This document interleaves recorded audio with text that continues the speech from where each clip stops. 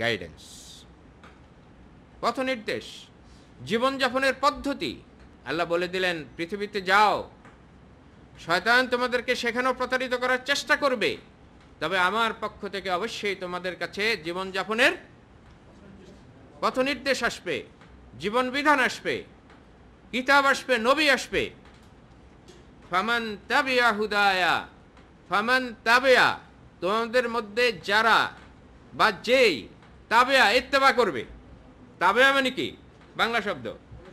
ইত্তেবা করবে, অনুসরণ করবে, ফলো করবে। হুদায়া, মাই গাইডেন্স। ফামান তাবিয়া হুদায়া, তোমাদের মধ্যে যারাই ইত্তেবা করবে আমার হুদার, আমার গাইডেন্সের, অর্থাৎ আমার কিতাবের, আমার রসুলের যারা ফলো করবে, ফালা খাউফুন আলাইহিম, তাদের কোনো ভয় নেই, ওয়ালা হুম ইয়াহজানুন, তাদের কোনো দুশ্চিন্তাও নাই।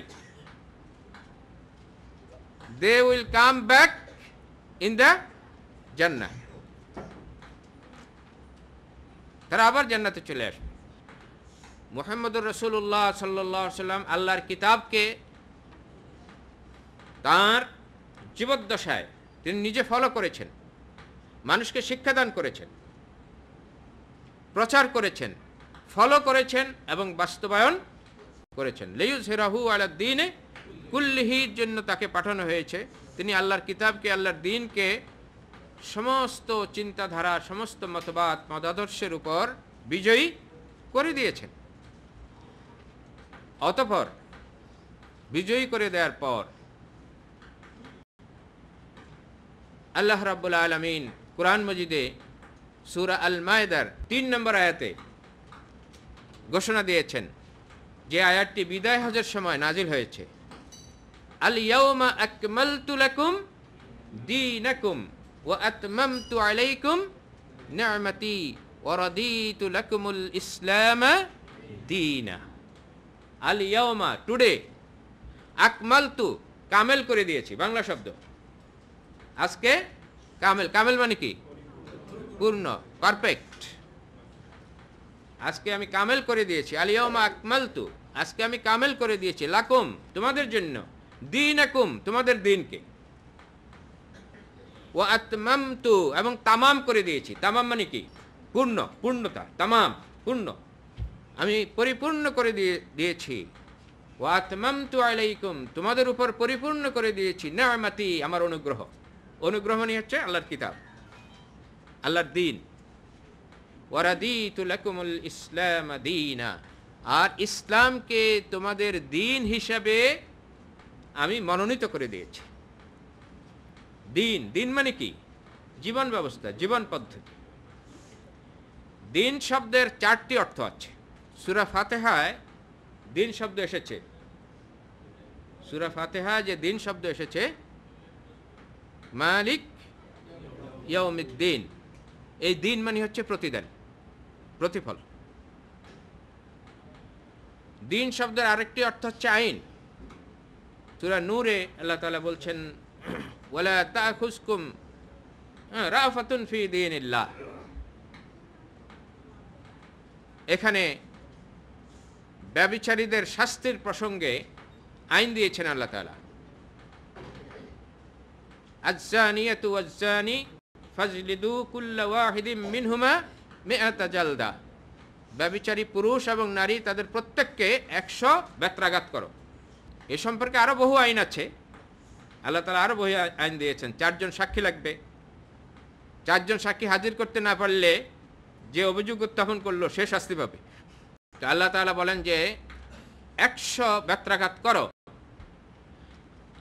ওয়ালা তাখুজুকুম রাফাতুন ফি দীনিল্লাহ, আর আল্লাহর এই আইন কার্যকর করার ক্ষেত্রে তোমাদের অন্তরে যাতে করুণার উদ্রেক না হয়। ফি দীনিল্লাহ, এখানে দীনিল্লাহ মানে আল্লাহর আইন। আল্লাহ আইন দিয়েছেন, এই আইন কার্যকর করার ক্ষেত্রে অন্তরে যাতে করুণার উদ্রেক না হয়। দ্বীন শব্দের আরেকটি অর্থ হচ্ছে রাষ্ট্র ব্যবস্থা। ফেরাউনের কাছে মূসা আলাইহিস সালাম এবং তার ভাই হারুন আলাইহিস সালাম যখন ইসলামের দাওয়াত পেশ করলেন, তখন ফেরাউনের লোকজন দাওয়াতে আকৃষ্ট হয়ে পড়ে এবং হযরত মূসা আলাইহিস সালামের প্রতি তারা আকৃষ্ট হয় এবং তার দাওয়াত গ্রহণ করে, ফেরাউনের ভয়ে তা প্রকাশ করতে পারছিল না। ফেরাউন বুঝতে পেরেছে যে জনগণ মুসার পক্ষে চলে যাচ্ছে, এবং সেখানে তো চ্যালেঞ্জ করেছে। চ্যালেঞ্জও মুসা আলাইহিস সালামই জিতেছেন, আপনারা সেই চ্যালেঞ্জের কথা জানেন। এই অবস্থা দেখে জনগণ যখন মুসার পক্ষে চলে আসছে, এই অবস্থা দেখে ফেরাউন জনগণের উদ্দেশ্যে বক্তৃতা দেয়। বক্তৃতায় সে এই কথাটাও বলে, সূরা আল মুমিন এই সূরায় আছে, ফেরাউন বলে ইউরিদানে আন ইউবাদদিলা দীনাকুম, ইউরিদানে, এরা দুই ভাই এরাদা করতেছে, ইউরিদানে বাংলা শব্দ, ইউরিদানে তারা দুইজনে এরাদা করতেছে, চাইতেছে, আন ইউবাদদিলা বদল করে দিতে, দীনাকুম তোমাদের দিন। আসলে ক্ষমতা বদল করতে চায় এরা, আমার থেকে ক্ষমতা কেড়ে নিতে চায়, রাষ্ট্র ক্ষমতা কেড়ে নিতে চায়। একই কথা বর্তমান যুগেও যারা কোরআনের দাওয়াত দেয় তাদের বিরুদ্ধে এই অভিযোগ যে আসলে ক্ষমতা দখল করতে চায়। দাওয়াত টাওয়াত কিছু না, ইসলাম টিসলাম কিছু না, আসলে তারা ক্ষমতায় যেতে চায়, ক্ষমতা দখল করতে চায়। ফেরাউন এই কথা বলেছিল হযরত মুসাকে। দিন শব্দের আরেকটি অর্থ হচ্ছে জীবন ব্যবস্থা, জীবন পদ্ধতি, এই চারটি অর্থ। তাহলে আমরা পেলাম এই আয়াতে ওয়ারাদিতু লাকুমুল ইসলামা দীনা, তোমাদের জন্য ইসলামকে দিন হিসাবে মনোনীত করলাম। এর অর্থ হলো ইসলামকে এমন জীবন পদ্ধতি হিসাবে গ্রহণ করলাম যেই জীবন পদ্ধতি অনুসরণ করলে, বাস্তবায়ন করলে তোমরা প্রতিদান পাবে, এবং যেই জীবন পদ্ধতি বাস্তবায়ন করার জন্যে আইন দেয়া হয়েছে, এখানে আইন রয়েছে, এবং সেটা বাস্তবায়নের জন্য প্রয়োজন রাষ্ট্র ক্ষমতা। আল্লাহ তাআলা ইসলামকে দিন হিসাবে মনোনীত করে দিলেন। এই দিন আল্লাহ তাআলা কোথায় দিয়েছেন, কিসের মাধ্যমে দিয়েছেন? আল কোরআন। আল কোরআনকে আল্লাহ তাআলা দিন হিসাবে দিয়ে দিয়েছেন। কোরআন মজিদে কয়েক জায়গায় এই কথাটা বলা হয়েছে। সূরা তাওবা 31, সূরা সফ 9 নম্বর আয়াত, তারপরে সূরা আল ফাতহ 28 নম্বর আয়াত, হুয়াল্লাযী আরসালা রাসূলাহু বিল হুদা ওয়া দীনিল হক লিইয়ুযহিরাহু আলা দ্বীনি কুল্লিহি। আল্লাহ তাআলা তার রাসূলকে পাঠিয়েছেন হুদা নিয়ে, জীবনযাপনের গাইডেন্স নিয়ে, ওয়া দীনিল হককে, যেটা দ্বীনে হক, যেটা হচ্ছে সত্য জীবন ব্যবস্থা, এটা নিয়ে পাঠিয়েছেন, এবং সেটাই হচ্ছে আল কোরআন। এই কোরআনের মাধ্যমে আল্লাহ তাআলা মানব জাতিকে অন্ধকার থেকে আলোতে এনেছেন। মানুষ জানতো না যে তাদের জীবনযাপনের ব্যবস্থা কি, কোন কাজ করলে পৃথিবীতে তারা শান্তিতে বসবাস করতে পারবে, কোন কাজ করলে তারা আল্লাহর সন্তুষ্টি অর্জন করতে পারবে, কোন কাজ করলে তারা দুনিয়া এবং আখিরাতের শান্তি লাভ করবে। সার্বিক কল্যাণের নির্দেশনা সম্পর্কে মানুষ কিছুই জানতো না। যা কিছু তারা নিজেরা বানিয়ে নিয়েছে সেগুলো ছিল কল্পনা। যত মতবাদ, যত দর্শন পৃথিবীতে এসেছে, সেই কল্পনা দর্শন আধুনিক যুগে যেগুলো এসেছে, হেগেলীয় মতবাদ, ফ্রয়েডের মতবাদ, আব্রাহাম লিঙ্কনের মতবাদ, আরও যত মতবাদ, এই মতবাদগুলো মানুষের মস্তিষ্ক প্রসূত এবং এগুলো কল্পনা। আর আল্লাহর পক্ষ থেকে এসেছে দীনুল হক, বাস্তব দিন, সত্য দিন, যেগুলো কল্পনার ধারে কাছেও নেই, সম্পূর্ণ বাস্তব, প্র্যাকটিক্যাল। এর মাধ্যমে মানুষ সত্যকে জানতে পেরেছে, সত্য জীবন ব্যবস্থাকে জানতে পেরেছে। এই জন্যেই আল্লাহ তাআলা কোরআনে মজিদে 14 নম্বর সূরা 1 নম্বর আয়াত, সূরা ইব্রাহিম, এখানে বলছেন এই কোরআন সম্পর্কে, কিতাবুন আনজালনাহু ইলাইকা, এই কোরআন একটি কিতাব, আনজালনাহু ইলাইকা, এটি আমি তোমার কাছে নাজিল করেছি। উদ্দেশ্য কি? লিতুখরিজান নাসা, যেন তুমি খারিজ করি আনো। খারিজ তো বাংলা শব্দ, খারিজ মানে কি? বের করা। লিতুখরিজান নাসা, যেন তুমি খারিজ করে আনো, বের করে আনো, নাসা, নাসকে, মানুষকে, যাতে করে তুমি মানুষকে বাহির করে আনো মিনাজ জুলুমাত, অন্ধকার থেকে।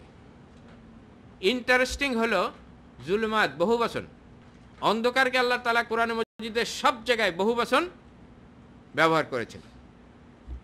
অর্থাৎ যত মতবাদ আছে, এই মতবাদের সংখ্যা অনেক, এগুলো সবই অন্ধকার। আমি এই কিতাব নাজিল করেছি তোমার কাছে যেন তুমি মানুষকে বের করে আনো অন্ধকার সমূহ থেকে, অন্ধকার সমূহ থেকে ইলান নূর, কোন দিকে? আলোর দিকে। এই কোরআনের নাম হচ্ছে নূর, কোরআনের একটি নাম হচ্ছে নূর, ইলান নূর, এটা হচ্ছে আলো, কোরআন হচ্ছে আলো, লাইট। কোরআনে যে জীবন ব্যবস্থা দেওয়া হয়েছে, কোরআনে যে গাইডেন্স দেওয়া হয়েছে, যে জীবন পদ্ধতি দেওয়া হয়েছে, যে পথ দেখিয়ে দেওয়া হয়েছে, এটাই হচ্ছে আলো। আমরা সেই কোরআনকে বহন করার জন্যে এই আলোচনার আয়োজন করেছি, এই টট ক্লাসের আয়োজন করেছি। এর উদ্দেশ্য হচ্ছে দুইটি। মূলত প্রথমত আমরা অন্ধকার সমূহ থেকে বেরিয়ে আসবো আলোর দিকে, আর 2 নম্বর হচ্ছে আমরা মানুষকে অন্ধকার থেকে আলোর দিকে আনার জন্য কাজ করব। তো যারা এই কাজ করবে তাদের ব্যাপারে কিছু কথা, একটা হাদিস বলি। আল্লাহ রসুল সাল্লাল্লাহু আলাইহি ওয়াসাল্লাম কি বললেন, কি বলেছেন? নাসাইতে হযরত আব্দুল্লাহ ইবনে আব্বাস রাদিয়াল্লাহু তাআলা আনহু বর্ণনা করেন যে রসুল সাল্লাল্লাহু আলাইহি ওয়াসাল্লাম বলছেন, আশরাফু উম্মতি হামালাতুল কোরআন ওয়া আসহাবুল লাইল। আশরাফু উম্মতি, আশরাফ আত্রাফ বলেন একটা বাংলা শব্দ, আশরাফ আত্রাফ দুইটা শব্দ আছে না? আশরাফ মানে হচ্ছে উচ্চ শ্রেণী, উচ্চ শ্রেণীর লোক, শ্রেষ্ঠ লোক, মর্যাদাবান লোক। আল্লাহ বলেন আশরাফ উম্মতি, আমার উম্মতের আশরাফ হচ্ছে তারা, উচ্চ শ্রেণীর লোক হচ্ছে তারা, মর্যাদাবান লোক হচ্ছে তারা, হামালাতুল কোরআন, যারা কোরআনকে বহন করে, অর্থাৎ কোরআনের নলেজ বহন করে অন্যদের কাছে পৌঁছে দেয়। বহন করা মানে কি? ক্যারি করা। এক জায়গা থেকে আরেক জায়গায় যারা নিয়ে যায় তারাই হয় বাহক। নিজেরা গ্রহণ করে এবং বহন করে অন্যদের কাছে পৌঁছিয়ে দেয়, হামালাতুল কোরআন, কোরআনের বাহকরা। আর 2 নম্বর হচ্ছে ও আসহাবুল লাইল, রাতের সাথীরা, অর্থাৎ রাত জেগে জেগে যারা জ্ঞান অর্জন করে, আল্লাহর ইবাদত করে তারা। শুধু তাই নয়, রসুল বলেন আহলুল কোরআন আহলুল্লাহে ওয়া খাসাতুহু। আহলুল কোরআন, কোরআনের আহাল, কোরআনের পরিবার, অর্থাৎ কোরআন চর্চা যারা করে, কোরআন নিয়ে যারা বসে, কোরআন নিয়ে আলোচনা করে, কোরআনের কথা বলে, কোরআনের কথা শোনায়, কোরআনের কথা শিখে, এরাই হচ্ছে কোরআনের আহাল। যারা কোরআনের কথা বলে, কোরআনের কথা শিখে, কোরআনের কথা শিখায়, কোরআনের কথা প্রচার করে, এরা হচ্ছে কোরআনের আহাল। আল্লাহ রসুল বলেন আহলুল কোরআনে হুম আহলুল্লাহ, কোরআনের পরিবার হচ্ছে আল্লাহর পরিবার। ওয়া খাসাতুহু, এবং আল্লাহর খাস লোক, বিশেষ লোক। একটি হাদিস বলবো, কোরআন তো অনেকেই শিখে, মাদ্রাসায় শেখানো হয় আমাদের দেশে, তাই না? মাদ্রাসায় শেখানো হয়, অনেক জায়গায় তাফসীর মাহফিল হয়, অনেক আলোচনা হয়। কোরআনের নলেজ আমাদের দেশের আলেমদের মধ্যে কম বেশি আছে, হয়তো পার্শিয়াল নলেজ আছে অনেকের, অনেকের ভালো নলেজ আছে। কোরআনের নলেজ যারা অর্জন করেন তাদের ব্যাপারে আল্লাহ রসুল বলেন তাআল্লামুল কোরআন, তোমরা কোরআন শিখো, ফাকরাউহু, এবং তা অন্যদেরকে শিখাও। এরপরে বলছেন ফাইন্না মাসালাল কোরআনে লিমান তাআল্লামা ফাকরা ওয়া কামা বিহি কামাসালি জুরাবিন মাহশুওয়ান মিসকান তাফুহু রিহাহু কুল্লা মাকান। যে পুরুষ বা নারী কোরআনের জ্ঞান অর্জন করলো, ওয়া কামা বিহি, এবং কোরআন নিয়ে দাঁড়ালো, কোরআন নিয়ে দাঁড়ালো মানে কোরআন প্রচার করলো, শিক্ষা দিল, বাস্তবায়ন করলো। কামাসালি জুরাবিন, তার উপমা হচ্ছে ওই কৌটার মতো, মাহশুওয়ান মিসকান, যার মধ্যে সুগন্ধি মিস্ক, মিস্কাম্বার, আতর পুরানো আছে, এবং তার মুখ উন্মুক্ত। ওই কৌটার মুখটা উন্মুক্ত। তাফুহু রিহুহু কুল্লা মাকান, এবং পুরো ঘর, সব জায়গায় তার সুগন্ধি ছড়ায়। উন্মুক্ত মিসকাম্বরের কৌটা সেই ব্যক্তি, চতুর্দিকে শুধু সুগন্ধি ছড়ায়। ও মাসালু মান তাআল্লামাহু, উপমা ওই ব্যক্তির যে কোরআন শিখল, ফারাকাদা, তারপর ঘুমিয়ে পড়ল, ফারাকাদা, তারপর শুয়ে পড়ল, অহুয়া ফি জাওফিহি, অথচ তার পেটে, তার মস্তিষ্কে কোরআন রয়েছে। কামাসালি জুরাবিন, তার উপমা হচ্ছে ওই কৌটার মতো, উকিয়া আলা মিসকিন, ভিতরে আতর আছে কিন্তু ছিপি খুব এঁটে লাগানো আছে, ওই আতরে কারো কোনো উপকার আসে। অনেকে বলেন যে কোরআনের কথা বলা তো মুশকিল, কোরআনের কথা বলতে গেলেই মানুষ মোল্লা বলে, মৌলবাদী বলে, দরবেশ বলে। কোরআনের কথা বলতে গেলেই মানুষ নানা ধরনের উপাধি দেয়, কোরআনের অনুসরণ করতে গেলে বিভিন্ন উপাধি দেয়, ঝগড়া বাঁধায়,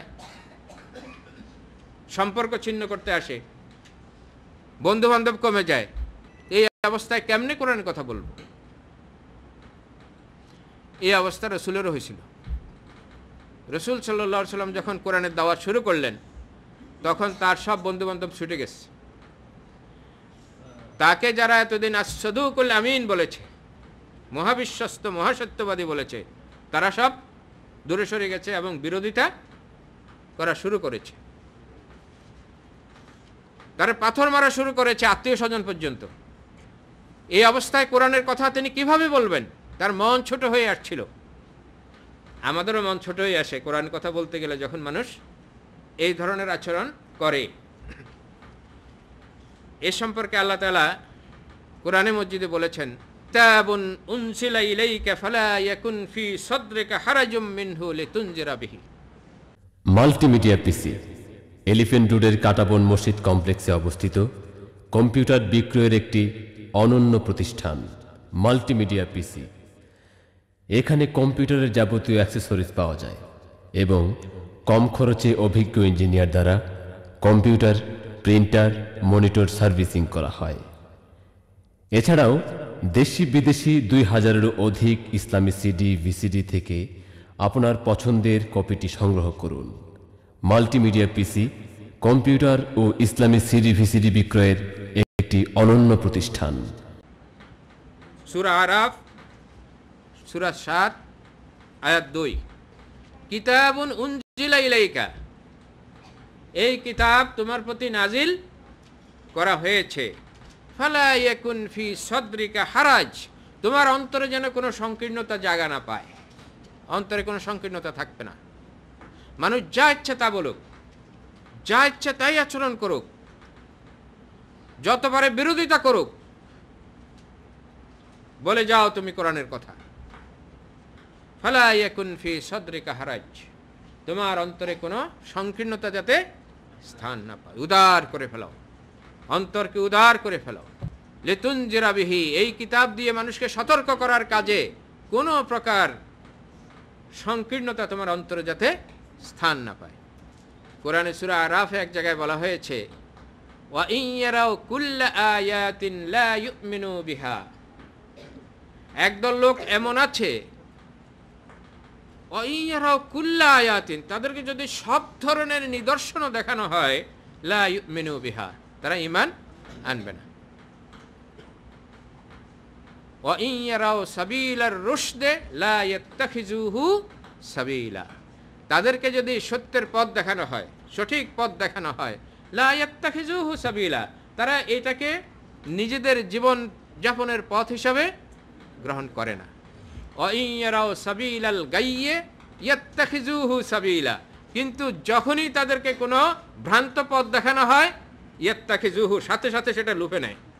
সুতরাং আমরা যে জিনিস নিয়ে উঠতে চাই, যে জিনিসের বাহক হতে চাই, যে কোরআনের বাহক হতে চাই, এই কোরআন সকলে গ্রহণ করবে না, বিরোধিতা করবে, বিভিন্ন ধরনের কথা বলবে। ঠিক আছে, বলুক, আল্লাহ রাব্বুল আলামিনের সাহায্য আমাদের সাথে আছে। কোরআনের এই বিষয়গুলো জানা খুবই জরুরি কোরআন বোঝার জন্যে। এখানে কয়েকটি পয়েন্ট আমরা আলোচনা করতে চাই।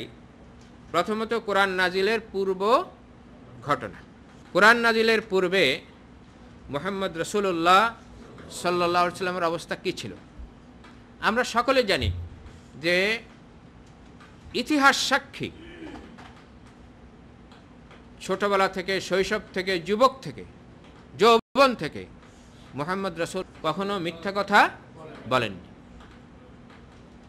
কোনো বিবাদে জড়াননি, কোনো অন্যায় কাজ করেননি। মানুষ তাকে আস-সাদুকুল আমিন উপাধি দিয়েছে, মহাসত্যবাদী এবং মহাবিশ্বস্ত। তিনি ছিলেন জনকল্যাণে পেরেশান একজন ব্যক্তি, মানুষের উপকার করতেন। খাদিজা নিজে বলেছেন তাঁর স্ত্রী যে আপনি অসহায়দের সাহায্য করেন, আপনি বিধবাদের সাহায্য করেন, আপনি দরিদ্রদের সাহায্য করেন, নিঃস্বদেরকে উপার্জন করে দেন, আপনি মজলুমদের পাশে দাঁড়ান। এই কাজ তিনি করতেন। খাদিজা নিজে সাক্ষী দিয়েছেন এটা। এই রাসূল সাল্লাল্লাহু আলাইহি ওয়াসাল্লাম এত ভালো মানুষ হয়েও, এমনকি হেল্পফুল ফুজুল নামে একটি সংগঠনের তিনি সদস্য হয়েছিলেন। তিনি প্রতিষ্ঠা করেন নাই ওটা, কিন্তু ওটার সদস্য তিনি হয়েছিলেন, তার চাচারা ওটা করেছিল।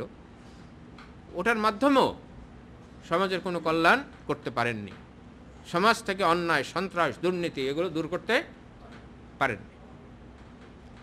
ফলে তিনি দেখলেন যে আমার চাচারা এবং সমাজের নেতারা যত চেষ্টাই করুক না কেন, এইভাবে সমাজে কল্যাণ আসবে না, শান্তি আসবে না, দুর্নীতি দূর হবে না, সন্ত্রাস দূর হবে না, রাহাজানি দূর হবে না, নারীদের অধিকার ফিরে পাবে না, মানুষের অধিকার ফিরে পাবে না। এরপরে মুহাম্মদ রাসূলুল্লাহ সাল্লাল্লাহু আলাইহি ওয়াসাল্লাম আস্তে আস্তে ধ্যানমগ্ন হয়ে পড়েন। খাদিজাকে বিয়ে করার পর থেকে বেশি ধ্যানমগ্ন হয়ে পড়েন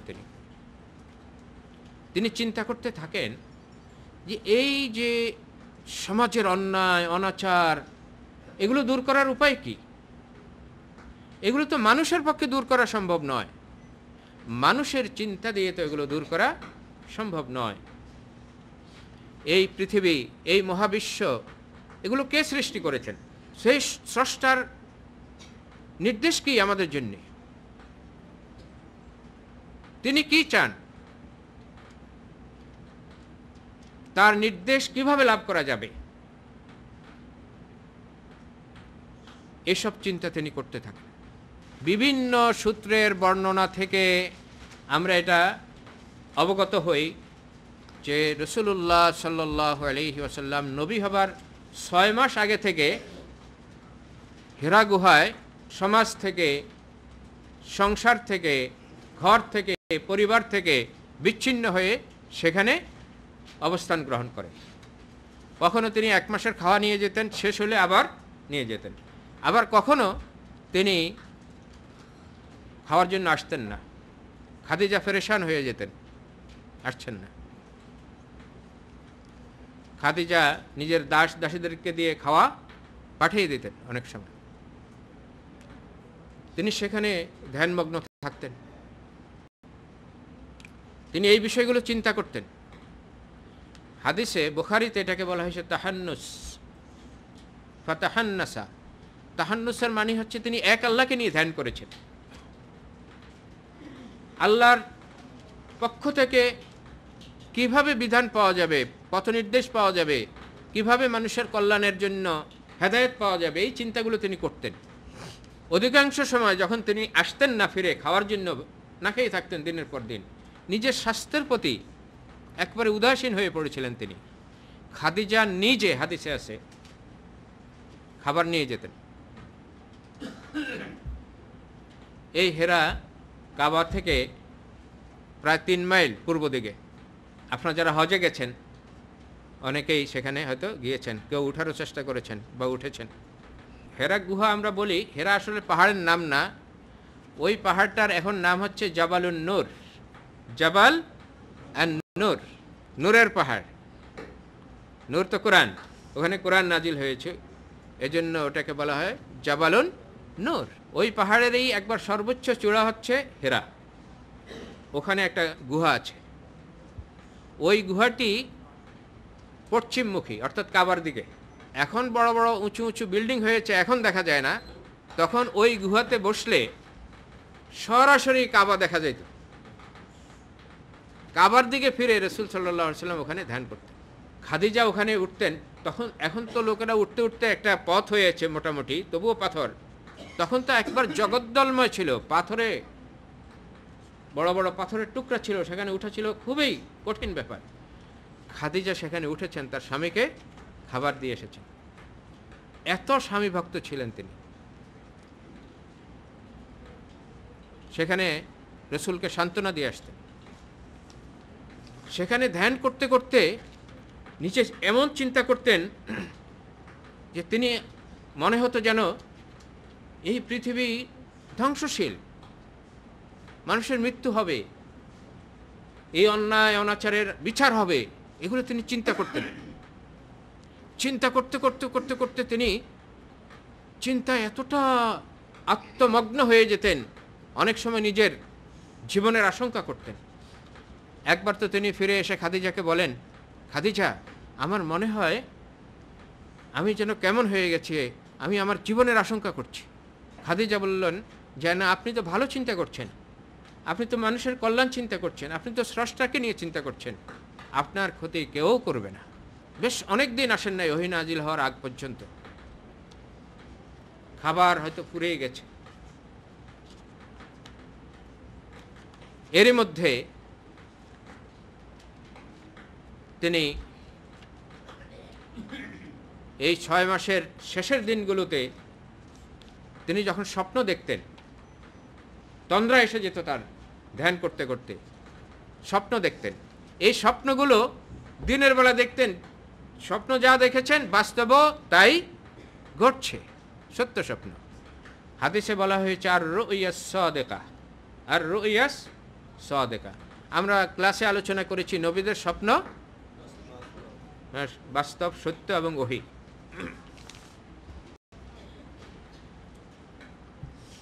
অতঃপর বিভিন্ন সূত্র, বুখারী, মুসলিম সহ এবং সমস্ত ঐতিহাসিক সূত্রের বর্ণনা থেকে জানা যায় যে রমজান মাস, সেই রাতটি, যে রাতটির কথা আমরা আগেই আলোচনা করেছি, 21তম, 23তম, 25তম, 27তম বা 29তম কোনো একটি রাত, রাসূলুল্লাহ সাল্লাল্লাহু আলাইহি ওয়াসাল্লাম বলেন যে আমার কিছুটা তন্দ্রা এসেছে। এ সময়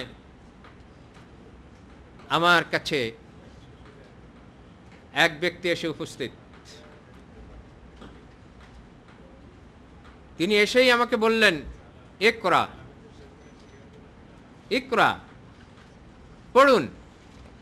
ইকরা মানে পড়ুন, এটা নির্দেশ সূচক। যিনি পড়েন তাকে কি বলা হয়? কারি। কারি মানে পাঠক, আর ইকরা মানে পড়ো। রসুল বলেন, তিনি যখন আমাকে বললেন ইকরা, কিছু কিছু বর্ণনা আছে তিনি আমার সামনে কাপড়ে কিছু লেখা ধরলেন। আমি বললাম, মা আনা বিকারি, আমি তো পাঠক নই, পড়তে পারি না, আমি পড়ালেখা জানি না, আমি নিরক্ষর। তখন তিনি আমাকে জড়িয়ে ধরলেন, এমন এত প্রচণ্ড শক্তি দিয়ে জড়িয়ে ধরলেন, আমার হাত্তা বালাগা মিন্নি জুহুদা, আমার জীবন বেরিয়ে যায় এমন লাগলো আমার কাছে, এত জোরে ধরলেন। ছেড়ে দিয়ে আবার বললেন ইকরা। আমি বললাম মা আনা বেকারি, আবার জড়িয়ে ধরলেন, অত কষ্ট হলো আমার। ছেড়ে দিয়ে বললেন ইকরা। আমি বললাম মা আনা বেকারি, আবার জড়িয়ে ধরলেন, প্রচণ্ডভাবে জড়িয়ে ধরলেন, আমার চরম কষ্ট হলো। ছেড়ে দিয়ে বললেন ইকরা, পড়ুন। তখন আমি আবার জড়িয়ে ধরে কিনা এই ভয়ে বললাম মা আকরাউ, আমি কি পড়ব? তখন তিনি বললেন ইকরা বিস্মি রাব্বিকাল্লাযী খালাক, খালাকাল ইনসানা মিন আলাক ইকরা ওয়া রাব্বুকাল আকরাম আল্লাযী আল্লামা বিল কলম আল্লামাল ইনসানা মা লাম ইয়ালাম। সূরা আলাকের এই 5টি আয়াত উনি বলার সাথে সাথে আমার হৃদয় পটে, আমার মন মস্তিষ্কে ওগুলো গেঁথে গেল। বুখারীতে এই হাদিসটা বর্ণনা করেছেন আয়েশা রাদিয়াল্লাহু আনহা। তখন রাসূল বলেছেন যে আমি কাঁপছি, আমি জীবনের আশঙ্কা করছি। ফেরেশতা যখন চলে গেল আমি গুহা থেকে দৌড়িয়ে বেরিয়ে এলাম, কিন্তু বেরিয়ে এসে দেখি পুরো আকাশ জুড়ে সেই ফেরেশতা যে এখানে ওহে নিয়ে আসছে, পুরো আকাশ জুড়ে তিনি আছেন। আমি আরো কাঁপছি, তিনি পুরো আকাশ জুড়ে আছেন আর আমাকে বলছেন, আমাকে বলছেন আনতা রাসূলুল্লাহ ওয়া আনা জিবরাইল, আপনি আল্লাহর রসুল, আমি জিবরাইল আল্লাহর দূত। আমি কাঁপছি, আমি কিছু বুঝতে পারছি না। তারপরে তিনি আবার বলছেন আনতা রাসূলুল্লাহ ওয়া আনা জিবরাইল, you are the messenger of Allah and I am Jibrail. আমি কাঁপছি, আমি হতবিহ্বল হয়ে দাঁড়িয়ে আছি। অনেক পরে তিনি আমার দৃষ্টি থেকে বিলীন হয়ে গেলেন। তারপর আমি দৌড়ে আসলাম, ঘরে আসলাম। ঘরে এসে রাসূল বলতেছেন জাম্মিলুনি জাম্মিলুনি, তোমরা আমাকে কম্বল জড়িয়ে দাও। তারপরে খাদিজা এবং খাদিজার মেয়েরা, খাদিজার 4টা মেয়ে ছিল তখন, খাদিজার মেয়েরা ওনাকে কম্বল জড়িয়ে দিলেন। খাদিজা স্বামীর পাশে বসে তাকে সান্ত্বনা দিচ্ছেন। অনেকক্ষণ পরে উনি স্বাভাবিক হলেন। স্বাভাবিক হওয়ার পর খাদিজা বলছেন আপনার কি হয়েছে? তখন রাসূলুল্লাহ সাল্লাল্লাহু আলাইহি ওয়াসাল্লাম খাদিজাকে পুরো ঘটনা বলছেন, পুরো ঘটনা বললেন। পুরো ঘটনা বলে শেষ করে বলছেন খাদিজা আমার জীবনের আশঙ্কা হয়, খাদিজা আমার জীবনের আশঙ্কা হয়, মানে আমাকে মেরে ফেলে কিনা এই ধরনের একটা আশঙ্কা তিনি করছেন, বা আমি মরে যাব। অর্থাৎ যে শক্তভাবে ওনাকে জড়িয়ে ধরেছিল ফেরেশতা, এতেই তিনি বেশি আতঙ্কিত হয়েছিলেন। তখন খাদিজা আবার বললেন আল্লাহর কসম, আল্লাহর শপথ করে বলছি কেউ আপনার কোনো ক্ষতি করতে পারবে না, কারণ আপনার মতো ভালো মানুষ হয় না। আপনি মানুষের উপকার করেন, আপনি নিঃস্বদের উপার্জন করে দেন, আপনি বিধবাদের সহায়, আপনি এতিমদের সহায়, আপনি মজলুমদের সাহায্যকারী, কেউ আপনার ক্ষতি করতে পারবে না, আপনার কোনো শত্রু নেই। অর্থাৎ খাদিজা তো দেখছে তার স্বামীর কেউ শত্রু নেই, সবাই তার গুণ কীর্তন করেছে সারা জীবন। প্রায় রাসূল বলেন খাদিজা, খাদিজা আমি দেখতে পাচ্ছি তাকে। ঘরের বাইরে গেলেই রাসূল খাদিজাকে বলেন খাদিজা আমি দেখতে পাচ্ছি। অর্থাৎ ওই রাসূল সাল্লাল্লাহু আলাইহি সাল্লাম দেখতে পাচ্ছেন, কি দেখতে পাচ্ছেন? জিবরাইলকে। জিবরাইল আকাশ জুড়ে আসছেন। খাদিজা আমি দেখতে পাচ্ছি সেই ফেরেশতাকে। ফেরেশতা তো তখন বলেন নাই, তাকে দেখতে পাচ্ছি, আকাশ জুড়ে আছে ওই যে। খাদিজা দেখতে পাচ্ছেন না। খাদিজা বললেন আপনি আবার যখন দেখবেন তখন আমাকে বলবেন, সাথে সাথে বলবেন। এরপরে রাসূল যখন দেখলেন, আবার যখন দেখলেন ফেরেশতা আকাশে, এবং আকাশে দেখার সাথে সাথে ফেরেশতা বলে আনতা রাসূলুল্লাহ ওয়া আনা জিবরাইল, আপনি আল্লাহর রসুল, আমি জিবরাইল।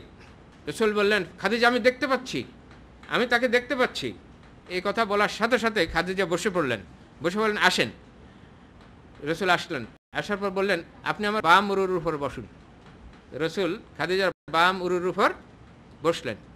খাদিজা বললেন এখন কি দেখতে পাচ্ছেন? মুহাম্মদ বললেন হ্যাঁ দেখতে পাচ্ছি। খাদিজা বললেন আপনি এবার আমার ডান উরুর উপর বসেন। ডান উরুর উপর বসলেন। খাদিজা বললেন এখনো কি দেখতে পাচ্ছেন? মানে হ্যাঁ দেখতে পাচ্ছি। এরপর খাদিজা বললেন তাহলে আপনি আমার কোলে বসুন। তারপর কোলে বসলেন রাসূল। এখনো কি দেখতে পাচ্ছেন? বলে হ্যাঁ দেখতে পাচ্ছি। তখন খাদিজা তার মাথার ওড়না এবং ঘাড়ের উপর থেকে কাপড়টা সরিয়ে ফেললেন। তখন তার ঘাড় এবং গলার নিচের কিছু অংশ উন্মুক্ত হয়ে গেল রসুলকে কোলে রাখা অবস্থায়। খাদিজা বললেন, এখন কি দেখতে পাচ্ছেন? রসুল বললেন, না, এখন তো দেখতে পাচ্ছি না। খাদিজা বললেন, আলহামদুলিল্লাহ, আপনার কাছে ফেরেশতা আসে, আপনার কাছে ফেরেশতা আসে। যদি শয়তান আসতো আপনার ক্ষতি করার জন্য, তাহলে আমার উন্মুক্ত গলা দেখে সে আরো আনন্দ বোধ করতো, আরো কাছে আসতো। আর ফেরেশতা কখনো এই অবস্থায় সামনাসামনি আসে না। কত বুদ্ধি এবং আকল থাকলে এই ধরনের সিদ্ধান্তে পৌঁছা যায়। এরপর খাদিজা বললেন, চলেন, আমার একজন চাচা আছে, ওরাকা বিন নাওফেল, তিনি খ্রিস্ট ধর্ম গ্রহণ করেছেন এবং তিনি শিক্ষিত লোক। তিনি তাওরাত এবং ইনজিল লিপিবদ্ধ করেন, এগুলো অন্য ভাষায়, ইব্রানি ভাষায় লিপিবদ্ধ করেন। নিয়ে গেলেন ওরাকার কাছে রসুলকে। খাদিজা গিয়ে বললেন, আপনার ভাতিজার কাছ থেকে শুনুন সে কি দেখেছে। ওরাকা বললেন, ভাতিজা বলো তুমি কি দেখেছো।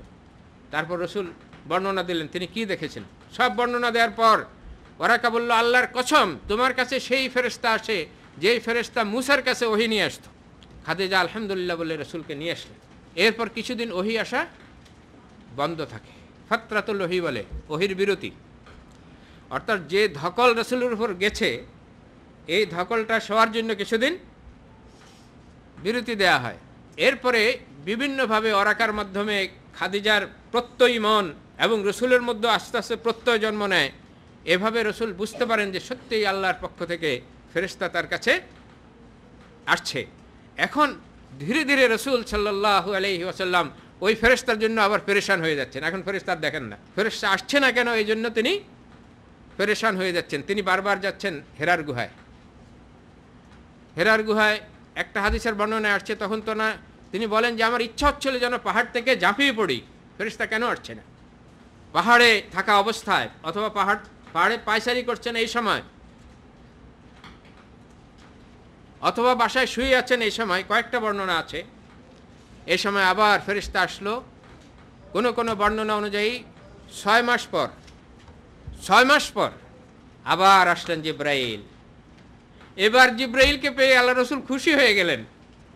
প্রথমবার ভয় পেয়েছেন, আতঙ্কিত হয়েছেন, এবার খুশি হয়ে গেলেন। জিব্রাইল এসে বললেন, ইয়া আইয়ুহাল মুদ্দাসসির কুম ফাআনজির ওয়া রাব্বাকা ফাকাব্বির ওয়া সিয়াবাকা ফাতাহহির ওয়ার রুজজা ফাহজুর ওয়া লা তামনুন তাস্তাকসির ওয়া লিরাব্বিকা ফাসবির।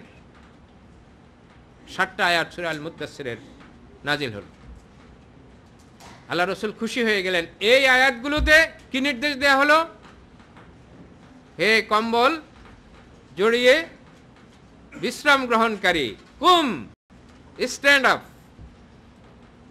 টিচার ক্লাসে গেলে ছাত্রদেরকে বলে স্ট্যান্ড আপ, দাঁড়াও, মানে বসে, এখন আর বসার সময় নাই, আমি এসে গেছি, দাঁড়াও। এখানে দাঁড়াও মানে দাঁড়াও না, এখানে দাঁড়াও মানে উঠে পড়ো। এখন আর শুয়ে থাকার সময় নাই, ধ্যান করার সময় নাই, বিশ্রাম নেয়ার সময় নাই। কুম ফাআনজির, সতর্ক করো মানুষকে, উঠো এবং মানুষকে সতর্ক করো। ওয়া রাব্বাকা ফাকাব্বির, এবং তোমার রবের তাকবীর করো, তোমার রবের শ্রেষ্ঠত্ব মানুষের কাছে প্রচার করো। ওয়া সিয়াবাকা ফাতাহহির, তো দাওয়াত দেওয়ার নির্দেশ এসে গেল, মানুষকে সতর্ক করার নির্দেশ। এখন ময়লা কাপড় চাপড় নিয়ে মানুষকে দাওয়াত দেওয়া যাবে না। দাওয়াতের প্রথম বৈশিষ্ট্য হচ্ছে স্মার্ট হইতে হবে, ভালো বোরকা পরতে হবে, ভালো স্কার্ট পরতে হবে, ভালো শার্ট, ভালো প্যান্ট এবং খুব সুন্দর জামা কাপড় পরতে হবে। কারণ প্রথম নির্দেশ কুম ফাআনজির ওয়া রাব্বাকা ফাকাব্বির ওয়া সিয়াবাকা ফাতাহহির, 1 নম্বর নির্দেশ যে পরিচ্ছন্ন কাপড় চোপড় পরো। এখন আর তুমি পারছন না, এখন তুমি মানুষের নেতা হতে যাচ্ছ, মানুষের কাছে দায়ী হতে যাচ্ছ। ওয়া সিয়াবাকা ফাতাহহির, কাপড় চোপড় পরিচ্ছন্ন করো, স্মার্ট হও। ওয়ার রুজজা ফাহজুর, যত আবিলতা আছে সেগুলো দূর করো, তোমার মনে থাকুক আর তোমার পরিচ্ছেদে থাকুক, তোমার দেহে থাকুক, সব আবিলতা দূর করো। পরিচ্ছন্ন হয়ে যাও, নিট অ্যান্ড ক্লিন হয়ে যাও। নামাজ পড়া প্রথম কাজ হিসাবে নির্দেশ রাসূলকে দেওয়া হয় নাই। প্রথম কাজ হলো নিট অ্যান্ড ক্লিন হওয়া, পরিচ্ছন্ন স্মার্ট কাপড় চোপড় পরা, চিন্তাকে পরিশুদ্ধ করা, চিন্তাকে আপগ্রেড করা। তারপরে বলা হয়েছে ওয়ালা তামনুন তাস্তাকসির ওয়ালি রাব্বিকা ফাসবির, মানুষের কাছে কিছু পাওয়ার আশায় কাজ করো না। ওয়ালি রাব্বিকা ফাসবির, তোমার রবের জন্য কাজ করো, রবের জন্য ধৈর্য ধরো। Be steadfast for your Lord. আল্লাহ রসুলের কাছে কোরআন এসে গেছে এবং কোরআন নির্দেশ দিয়ে দিয়েছে যে কুম ফানজির ওয়া রাব্বাকা ফাকাব্বির। কোরআনের কাজই হচ্ছে এটা, কুম ফানজির। যার কাছে কোরআন আসবে তার দায়িত্ব কি? তার দায়িত্ব হচ্ছে কুম, উঠে পড়ো, ফানজির, মানুষকে সতর্ক করো। কোরআন নাজিল বিশ্ব ইতিহাসের অনন্য ঘটনা। পৃথিবীতে এমন কোনো ঘটনা ঘটে নাই কোরআন নাজিল হওয়ার মাধ্যমে যে ঘটনা ঘটছে, এত বড় ঘটনা আর পৃথিবীতে ঘটে নাই। পৃথিবীর অনন্য ঘটনা, ইউনিক ঘটনা, এটা আনপ্যারালাল ঘটনা। এরকম ঘটনা পৃথিবীতে ঘটে নাই। এই জন্য এটাকে বলা হয়েছে লাইলাতুল কদর, খায়রুম মিন আলফি শাহর, লাইলাতুম মুবারাকা বলা হয়েছে।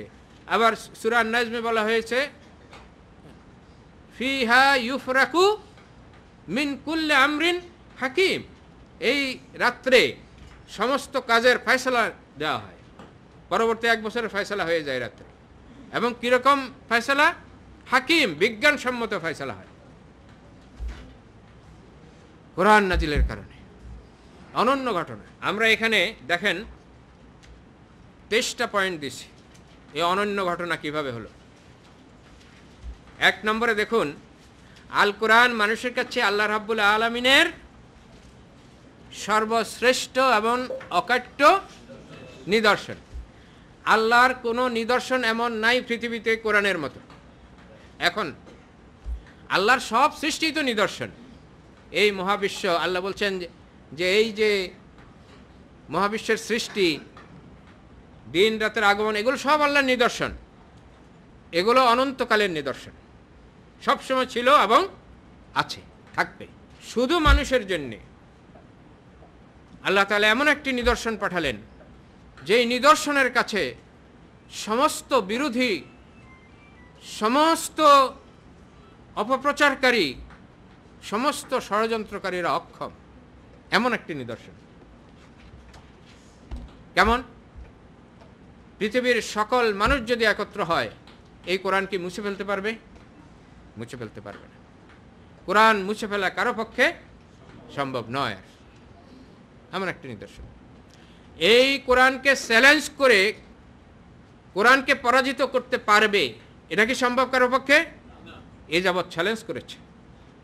কোরআন যখন নাজিল হয়েছে তখন থেকে চ্যালেঞ্জ শুরু হয়েছে, সবাই ব্যর্থ হয়েছে। আধুনিক কালেও এই কোরআনকে ব্যর্থ করার জন্য বহু গবেষণা চলছে। বহু গবেষণাকারী কোরআনের কাছে আত্মসমর্পণ করেছে। আল্লাহ রসুল বলছেন যে সব মানুষ ধ্বংসের দিকেই যাচ্ছে, ক্ষতির দিকে যাচ্ছে, মানুষ ক্ষতিগ্রস্ত। বাঁচার উপায় হলো আল্লাহর রশি। এই কোরআন হচ্ছে আল্লাহর রশি। যে মজবুত করে কোরআন ধরবে সে মুক্তি পাবে। এখানে বিস্তারিত লেখা আছে, এই লেখাগুলো আপনারা সব পড়ে নেবেন আগামী ক্লাসের মধ্যে। শেষ পয়েন্টে আসেন, আল কোরআনের সর্বশেষ আয়াত। রসুল সাল্লাল্লাহু আলাইহি ওয়াসাল্লাম যখন বিদায় হজে আসেন, বিদায় হজ, ওই হজটা তো মূলত তার জীবনে একটাই ছিল হজ। নবী হওয়ার পরে একবারই তিনি হজ করেছেন। তবে এটাকে বিদায় হজ এই জন্য বলা হয় যে এরপরে আর তিনি মক্কায় আসেন নাই, হজের জন্য আর আসেন নাই। বিদায় হজের পরে রসুল সাল্লাল্লাহু আলাইহি ওয়াসাল্লাম 80 বা 83 দিন বেঁচে ছিলেন। রসুল সাল্লাল্লাহু আলাইহি ওয়াসাল্লামের প্রতি ঈমান এনেছে এরকম প্রায় সব সাহাবী মক্কায় একত্রিত হয়েছিল বিদায় হজের সময়, এবং তাদের সংখ্যা লক্ষাধিক। রসুল সাল্লাল্লাহু আলাইহি ওয়াসাল্লাম আরাফায় যখন ভাষণ দেন, ভাষণ দেওয়ার পর যখন তিনি উটের পিঠে বসা ছিলেন, এ সময় তার কাছে নাজিল হয়েছে সূরা আল মায়েদার 3 নম্বর আয়াতের অংশ আর কি, ওই অংশটুকু কি সেটি, আল ইয়াওমা আকমালতু লাকুম দীনাকুম ওয়া আতমামতু আলাইকুম নি'মাতি ওয়া রাদিতু লাকুমুল ইসলাম দীনা, যেটা একটু আগেও আমরা উল্লেখ করেছি। এই আয়াতটি নাজিল হয়। কেউ কেউ বলেছেন যে এর আগে আয়াতে কালালা নাজিল হয়েছে, 176 নম্বর আয়াত সূরা নিসার। আবার কেউ কেউ বলেছেন এই আয়াতের পরে নাজিল হয়েছে সেটি। এরপর রাসূলুল্লাহ সাল্লাল্লাহু আলাইহি ওয়াসাল্লাম মক্কায় কয়েকদিন অবস্থানের পর মদিনার উদ্দেশ্যে রওনা করেন। মদিনার উদ্দেশ্যে যখন তিনি রওনা করেন তখন কিন্তু সব সাহাবী মদিনার উদ্দেশ্যে তার সাথে রওনা করে নাই। যারা মক্কার লোক, তায়েফের লোক, আশেপাশের লোক ছিল তারা মক্কায় থেকে গেছে। মদিনার লোকেরা তার সাথে রওনা করেছে, বা ওই পথের লোক যারা ছিল তারা রওনা করেছে। মক্কা থেকে যখন তিনি বাহির হলেন, বাহির হওয়ার পর এক মহিলা বা এক বৃদ্ধ লোক দৌড়ে আসছে রসুলের কাছে দেখা করতে, এসে বলছে রসুল কই, রসুল কই। বিরাট লোক নিয়ে রসুল যাচ্ছেন, খুঁজে পাওয়া তো মুশকিল। সেই লোক এসে বলছে, ইয়া রাসূলুল্লাহ, আমার বাপ মাও নাই, আমার সন্তানও নাই, আমার সম্পত্তি পাবে কে? এই মশলা দিয়ে যান। কোরআনে এরকম কোনো আয়াত আমি দেখি না। তার বাবা মাও নাই, সন্তান সন্ততিও নাই, এই ধরনের কোনো নারী বা পুরুষকে বলে কালালা। আরবি ভাষায় বলে কালালা। কালালা হলো ওই পুরুষ বা মহিলা যার বাবা মাও বেঁচে নাই এবং কোনো সন্তান সন্ততিও নেই, ভাই বোন আছে। তখন এই সূরা নিসার 176 নম্বর আয়াত নাজিল হয়, ইস্তাফতুনাকা, তোমার কাছে জানতে চায় লোকেরা, ফতুয়া চায়। কুলিল্লাহু ইফতিকুম ফিল কালালা, আল্লাহ তোমাদেরকে কালালা সম্পর্কে এই সমাধান দিচ্ছেন। তারপরে সমাধান দিয়ে দিয়েছেন, ওই আয়াতে পাবেন সমাধান। এরপরে রাসূল সাল্লাল্লাহু আলাইহি সাল্লাম যখন মদিনার কাছাকাছি পৌঁছলেন, মদিনার কাছাকাছি, তখন নাজিল হয় সূরা বাকারার 281 নম্বর আয়াত, ওয়াত্তাকু ইয়াওমান তুরজাউনা ফীহি ইলাল্লাহ সুম্মা তুওয়াফা কুল্লু নাফসিম মা কাসাবাত ওয়া হুম লা ইউজলামুন। এটা কোরআনের সর্বশেষ আয়াত, আকাশ থেকে নাজিল হয়। বর্ণনার মধ্যে মতভেদ আছে। কেউ কেউ বলেছেন যে আল ইয়াওমা আকমালতু লাকুম দীনাকুম, এটা সর্বশেষ আয়াত। আর কেউ কেউ বলেছেন আয়াতে কালালা সর্বশেষ আয়াত। আর কেউ কেউ বলেছেন এই সূরা বাকারার 281 নম্বর সর্বশেষ আয়াত। এই 3 ধরনের বর্ণনা হাদিসে আছে। এই 3 ধরনের বর্ণনা ঠিক। যারা বিদায় হজের সময় রাসূলের কাছে উপস্থিত ছিল আর মদিনার দিকে রওনা করে নাই, তারা বর্ণনা করছে যে আল ইয়াওমা আকমালতু লাকুম এটাই সর্বশেষ আয়াত। ওই 2 আয়াত তারা শুনতে পায় নাই, তারা বর্ণনা করে দিছে এটা। আর যারা মদিনা পর্যন্ত পৌঁছে নাই, তারা বলছে আয়াতে কালালা সর্বশেষ আয়াত। তারা পথে বিদায় নিয়ে নিয়েছে রসুল থেকে। আর যারা শেষ পর্যন্ত রসুলের সাথে মদিনায় পৌঁছেছেন, তারা জানেন যে সর্বশেষ আয়াত হচ্ছে সূরা বাকারার 281 নম্বর আয়াত। এই 281 নম্বর আয়াত কোরআনে মজিদে আল্লাহর পক্ষ থেকে অবতীর্ণ সর্বশেষ আয়াত। ওয়াত্তাকু, তোমরা সতর্ক হও, ইয়াওমান, ওই দিনের ব্যাপারে, তুরজাউনা, তোমাদেরকে রুজু করা হবে, ব্যাক করা হবে, ইলাল্লাহ, আল্লাহর কাছে। যেদিন তোমাদেরকে ব্যাক করা হবে আল্লাহর কাছে।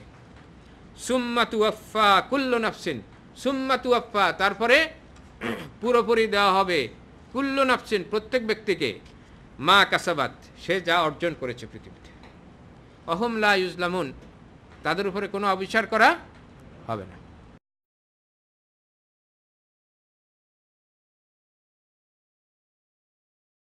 প্রশ্ন, আদম আলাইহিস সালামের ভাষা কি ছিল?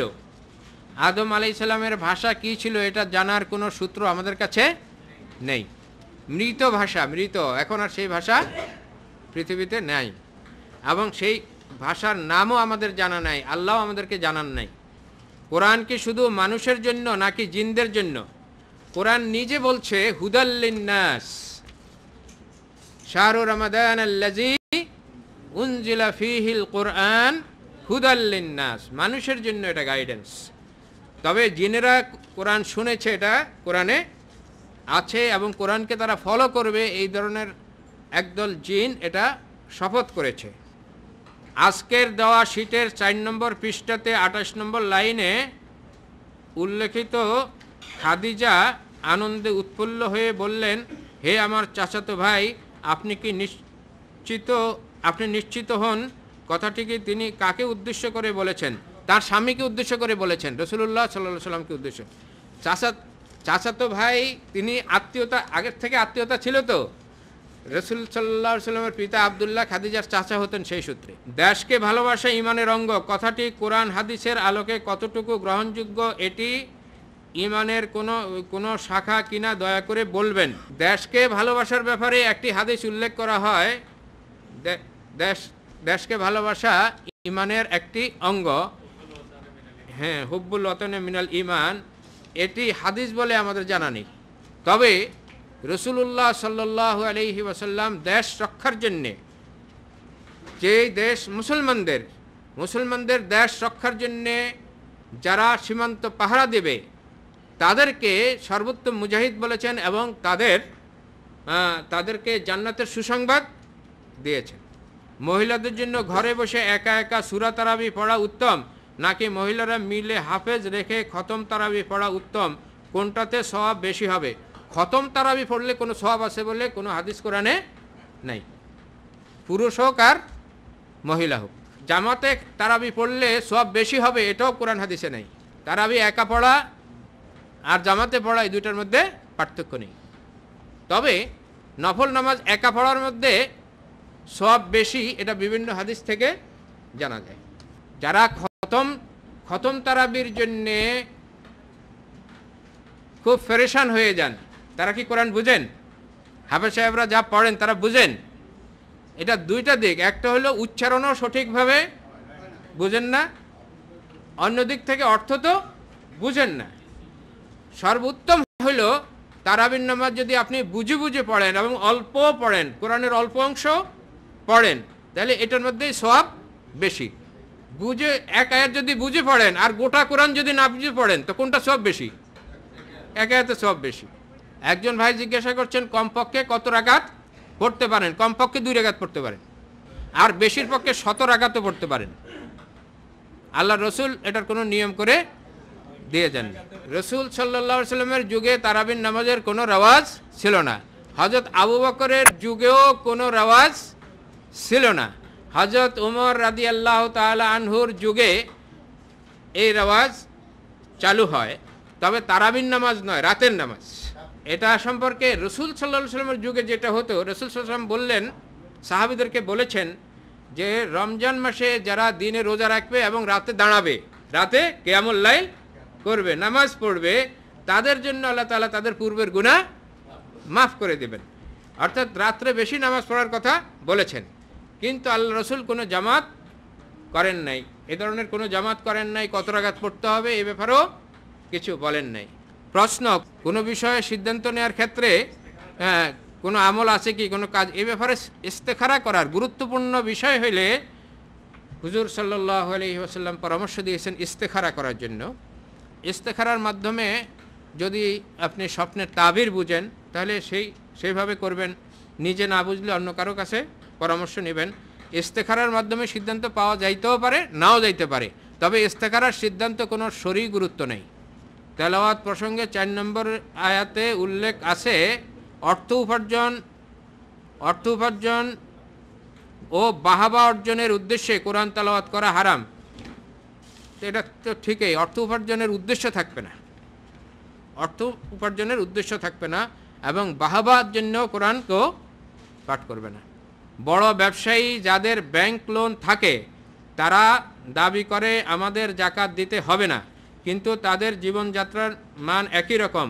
তাদের ব্যাপারে জানতে চাই তারা কিভাবে জাকাত দিবে নাকি দেবে না। এক ব্যক্তি 1 কোটি টাকার ঋণ করেছে, তার কাছে 2 কোটি টাকার সম্পদ আছে, নগদ টাকা নাই, তার সে ঋণগ্রস্ত নয়। সে ওই 2 কোটি টাকার সম্পদ বিক্রি করে 1 কোটি টাকার ঋণ দিয়ে দেবে, অথবা মাইনাস করবে 1 কোটি টাকা আর 1 কোটি টাকার জাকাত দেবে। কোরআন শরীফে যেসব গুন্না আছে, যেমন বা গুন্না, ইকফা গুন্না, মিম সাকিন গুন্না, এই গুন্না না করিলে কি গুনাহ হবে? আর গুন্না না করিলে কি অর্থের পরিবর্তন হবে জানাবেন। গুন্না না করিলে গুনাহ হইবে না। কোরআন পড়ার উচ্চারণে যদি ভুল হয় কারো, তাতে কোনো গুনাহ হবে না, বরং সওয়াব বেশি হবে। হাদিসে আছে, কেউ যদি কোরআন পড়তে না পারে, হ্যাঁ, কেউ যদি কোরআন পড়তে ভালোভাবে না পারে, টেনে টেনে পড়ে, কষ্ট করে উচ্চারণ করে, তার সওয়াব কারি সাহেবের চাইতেও বেশি হবে। তবে যারা নামাজ পড়াবেন, কোরআন শিক্ষাদান করবেন, কোরআন প্রচার করবেন, তারা বিশুদ্ধ উচ্চারণ করবেন। আমরা শুনেছি রসুল সাল্লাল্লাহু আলাইহি সাল্লামের কাছে একবার ওহী নাজিল বন্ধ হয়ে গিয়েছিল, কারণ ওনার ঘরে নাকি জীবজন্তুর ছবি টানানো ছিল। কথাটা সত্য কিনা জানতে চাই, কথাটা মিথ্যা। ছবি থাকলে ফেরেশতা আসবে না, এই কথা ঠিক না। হাদিসের যেসব হাদিসে এসব কথা আছে, সেই সব হাদিসগুলো অন্য হাদিসের সাথে মিলাইয়া দেখতে হবে। ছবির মধ্যে সবচেয়ে বড় ছবি হলো ভাস্কর্য। কাবা ঘরে ভাস্কর্য ছিল কি ছিল না? সেই ভাস্কর্যের সামনে রসুল সেজদা করছেন কি করেন নাই? নামাজ পড়ছেন, সেখানে ফেরেশতা আসছে। তো কাবা ঘরে যদি ফেরেশতা আসতে পারে মূর্তি থাইকা, তো আপনার ঘরে ছবি থাকলে ফেরেশতা আসবে না কেন? ফেরেশতা আসার সাথে ভাস্কর্যের কোনো বা ছবির কোনো সম্পর্ক নেই। কিন্তু ছবি, ভাস্কর্য এগুলো ইসলামে নিষিদ্ধ। পৃথিবীতে মানুষের আবির্ভাবের পূর্বে কোন জাতির আগমন হয়, এই ব্যাপারে হাদিস থেকে জানা যায় জিনদের আগমন হয়েছিল। কোনো মৃত মানুষের জন্য দুনিয়াতে কাউকে টাকা দিয়ে কোরআন খতম করলে তার সওয়াব মৃত ব্যক্তি পাবেন কি না, পাওয়ার তো প্রশ্নই ওঠে না। একজনের সওয়াব আরেকজনে পাবে কি করে? যে তেলাওয়াত করবে সেই সওয়াব পাবে। টাকা দিয়ে সওয়াব কিনা যায় না। হ্যাঁ, তার দুইটা ফায়দা হইল, পয়সাও পাইল, সওয়াবও হইল। দোয়ার জন্য, সওয়াবের জন্য এটা মনে রাখতে হবে, কখনো সওয়াব কিনা যায় না, দোয়াও কিনা যায় না। অনেকে বলে আমরা মৃত দাদা দাদি ও নানা নানির জন্য কোরআন খতম করছি, এটা কতটা যুক্তিসঙ্গত? না, কোরআন খতম করছেন আল্লাহর জন্য। আর আপনি সওয়াব রেসানি করতে পারেন। আপনি যে কোনো ইবাদতই করেন না কেন, সেটা যদি ইবাদত হয়, ভালো কাজ হয়, যে কোনো ভালো কাজ করেন, আপনি আল্লাহর কাছে বলতে পারেন যে এর কল্যাণ আমার দাদা দাদিকে দাও, আমার বাবা মাকে দাও। আমরা বাড়িতে বা বৈঠকে কিভাবে আপনার মতো কোরআন শিক্ষা শুরু করব? আপনার মতো আমরা তো এত দক্ষ ও জ্ঞানী নই। আমি তো মোটেই দক্ষ নই এবং জ্ঞানী তো নই। আপনার জোরদোর জানা আছে, আপনি অতটুকু শুরু করেন যতটুকু আপনার মধ্যে আছে আল্লাহ তাআলা। আপনি যদি বিসমিল্লাহ জানেন, এই বিসমিল্লাহই শুরু করেন, এটাই যথেষ্ট। এরপরে ইনশাআল্লাহ আল্লাহ তাআলা আপনার বক্ষকে উন্মুক্ত করে দেবেন। আপনি প্রথমে বলেছেন যারা ভুল করে বুঝতে পারে তারা আদমের পথে, এবং যারা বুঝতে পারে না তারা শয়তানের পথে। কিন্তু প্রশ্ন হচ্ছে, যারা ভুল করেছে কি করেনি তাই বুঝতে পারে না, তারা কোন পথে? তারা পশুর পথে। পশু কিছু বুঝে না, সে ভুল করছে কি করে নাই, কার জমির ধান খাইছে এটা সে বুঝে নাই। ইচ্ছাকৃতভাবে কোরআন না বুঝে পড়া কি গুনাহ? না বুঝে পড়াটা গুনাহ নয়, ইচ্ছাকৃতভাবে কোরআন বুঝার চেষ্টা না করাটা গুনাহ। পড়াটা গুনাহ হবে কেন? ওরাকা নাম রাখা ঠিক হবে কিনা? আমার ছেলের নাম রেখেছি ওরাকা বিন সাইদ, ভালো করেছেন। ওরাকা মুসলমান হয়েছেন, এটা হাদিস থেকে জানা যায়। আদম পৃথিবীতে কোন দেশে প্রেরিত হয়েছিলেন, সেখানের কি নির্দিষ্ট নাম রয়েছে? আদম আলাইহিস সালাম হাদিস থেকে এবং ইতিহাস থেকে জানা যায়। ইবনে কাসির একটা ইতিহাসের গ্রন্থ লিখেছেন, আল বেদায়া ওয়ান নেহায়া। ইতিহাস গ্রন্থটির নাম হচ্ছে আল বেদায়া ওয়ান নেহায়া। বেদায়া মানে স্টার্টিং, আর নেহায়া মানে এন্ড। শুরু থেকে শেষ পর্যন্ত তিনি যেই কালে এসেছিলেন সেই কাল পর্যন্ত ইতিহাস তিনি লিখেছেন। তো তিনি লিখেছেন যে আদম আলাইহিস সালাম, এবং আরও অনেক সূত্র থেকে এটা জানা যায়, আদম আলাইহিস সালাম হিজাজে এসেছিলেন, মক্কাতে এসেছিলেন, এবং আরাফার ময়দান, জিদ্দা, এগুলো ওনাদের স্মৃতি নিদর্শন। কোরআন শিক্ষা এবং শেখানো অতীব জরুরি, যা কোরআনের বক্তব্য। কিন্তু কিছু লোক, মাওলানা, সাধারণ মানুষ কোরআন শিক্ষাকে নিরুৎসাহিত করেন, কারণ এতে অনেক বিপদগামী বা গোমরাহী হতে পারে। দয়া করে ব্যাখ্যা করলে উপকৃত হব। হ্যাঁ, কেউ কেউ এটা প্রচার করে যে কোরআন যদি আপনি পড়েন তাহলে আপনি গোমরা হয়ে যাবেন, কারণ আপনি কোরআন বুঝবেন না, কোরআন বুঝার সামর্থ্য আপনার না। এটা বড় বড় আলেম ওলামাদের কাজ। এর অর্থ হইল কোরআনের যে সমস্ত কথা আছে এগুলো মিথ্যা, কারণ কোরআনে আল্লাহ বলছেন ওয়ালাকাদ ইয়াসসারনাল কুরআনা লিযিকরি ফাহাল মিন মুদ্দাকির, তোমার মধ্যে কে আছে, কোরআনকে আমি সহজ করে দিয়েছি বোঝার জন্য। মৃত্যু করা যারা এই কথা বলে। জাবালে রহমত বস্তুত উঁচু পাহাড়। আল্লাহর রসুল উক্ত জবালের রহমতে উঠে ভাষণ দিয়েছিলেন, এটা জানতাম। আপনি আজকে বললেন উটের ফিটে ভাষণ দিয়েছেন। আমরা দেখে আসলাম উক্ত জবালের রহমতে উট উপরে ওঠার সুযোগ নেই। ঠিক, আপনার কথা ঠিক। আল্লাহ রসুল জাবালের রহমতে উঠেও ভাষণ দিয়েছেন আর উটের পিঠে থেকেও ভাষণ দিয়েছেন। এই দুই রকম ভাষণেই তিনি আরাফাতে দিয়েছেন। সভাপতি সাহেব আজকের এই অধিবেশন সমাপ্ত ঘোষণা করবেন। আলহামদুলিল্লাহ, আল্লাহ শুকরিয়া যে আমরা এই ক্লাসে হাজির হতে পেরেছি এবং ক্লাস শুনেছি। আল্লাহ এর থেকে আমাদেরকে ফায়দা অর্জন করার তৌফিক দান করুন।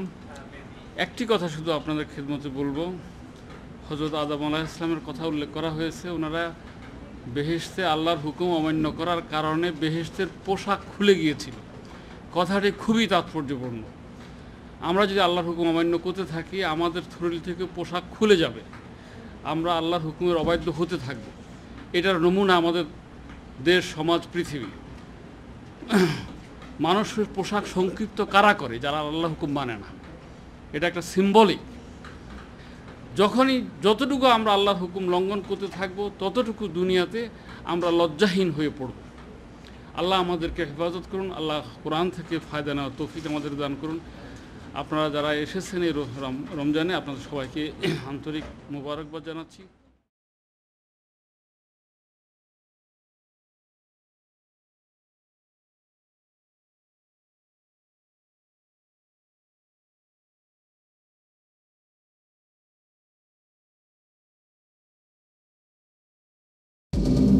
মাল্টিমিডিয়া পিসি,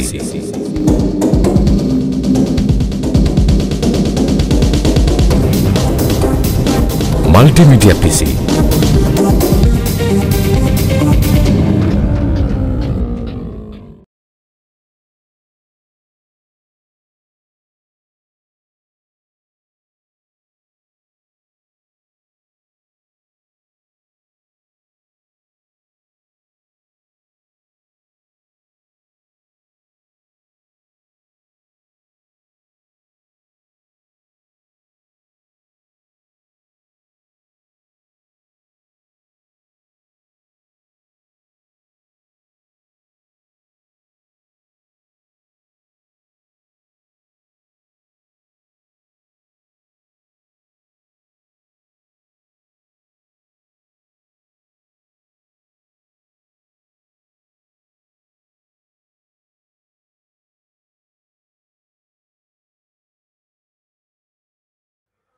মাওলানা আব্দুস শহীদ নাসিম দ্বীনী এবং আধুনিক শিক্ষায় স্বীকৃত একজন স্বনামধন্য আলেমে দ্বীন। বাংলাদেশের ইসলামপ্রিয় শিক্ষিত সমাজ, বিশেষ করে যুব সমাজের কাছে আব্দুস শহীদ নাসিম একটি প্রিয় নাম। একাধারে গবেষক, যুক্তিবাদী, সৃজনশীল লেখক, অনুবাদক এবং কিশোর সাহিত্যিক হিসেবে তিনি সুপ্রতিষ্ঠিত। মৌলিক রচনা, অনুবাদ এবং সংকলন সম্পাদনা সহ এই যাবৎ তার ৮০টির অধিক গ্রন্থ প্রকাশিত হয়েছে। লেখা এবং অনুবাদ গবেষণার পাশাপাশি আব্দুস শহীদ নাসিম একজন সুবক্তাও বটে। সেমিনার, সিম্পোজিয়াম এবং প্রশিক্ষণ ক্লাসে তিনি একজন যুক্তিবাদী বক্তা হিসেবে সুপরিচিত।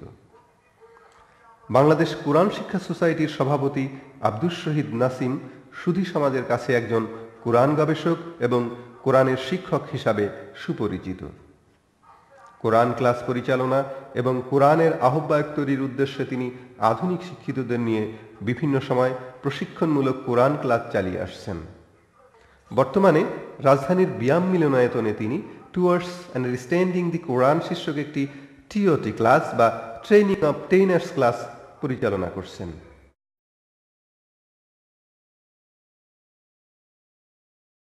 আলহামদুলিল্লাহ রাব্বিল আলামিন والصلاة والسلام على محمد رسول الله وخاتم الأنبياء وعلى آله وصحبه أجمعين أما بعد সম্মানিত ভাই ও বোনেরা, আমরা প্রথমে আলোচনা করছি কোরআনের মূল বিষয়বস্তু কি। কোরআনে মজিদের বিষয়বস্তু কি তা পরিষ্কার করে বলে দেওয়া হয়েছে। কোন বিষয়ের বই সেটা কোরআনেই বলে দেওয়া হয়েছে। আমরা যারা উপন্যাস পড়ি আমরা জানি উপন্যাসের মধ্যে একটা মূল চরিত্র থাকে। মূল চরিত্র নাটক সিনেমার মধ্যে একটা মূল চরিত্র থাকে। কোরআনেও একটি মূল চরিত্র আছে। সেটাকে আমরা চরিত্র বলি না, সেটাকে আমরা বলবো মূল বিষয়বস্তু।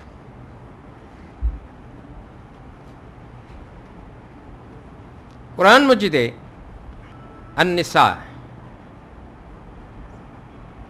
সূরাটার নাম হলো নিসা, লেডিজ। এই সূরার 79 আয়াতে আল্লাহ বলছেন ওয়া আরসালনাকা লিন-নাসি রাসূলা, ওয়া আরসালনাকা লিন-নাসি রাসূলা, আমরা তোমাকে পাঠিয়েছি লিন-নাসে, মানব জাতির জন্য, রাসূল হিসাবে। তাহলে লিন-নাস মূল বিষয়বস্তু হচ্ছে আন-নাস, হিউম্যান, মানব জাতি।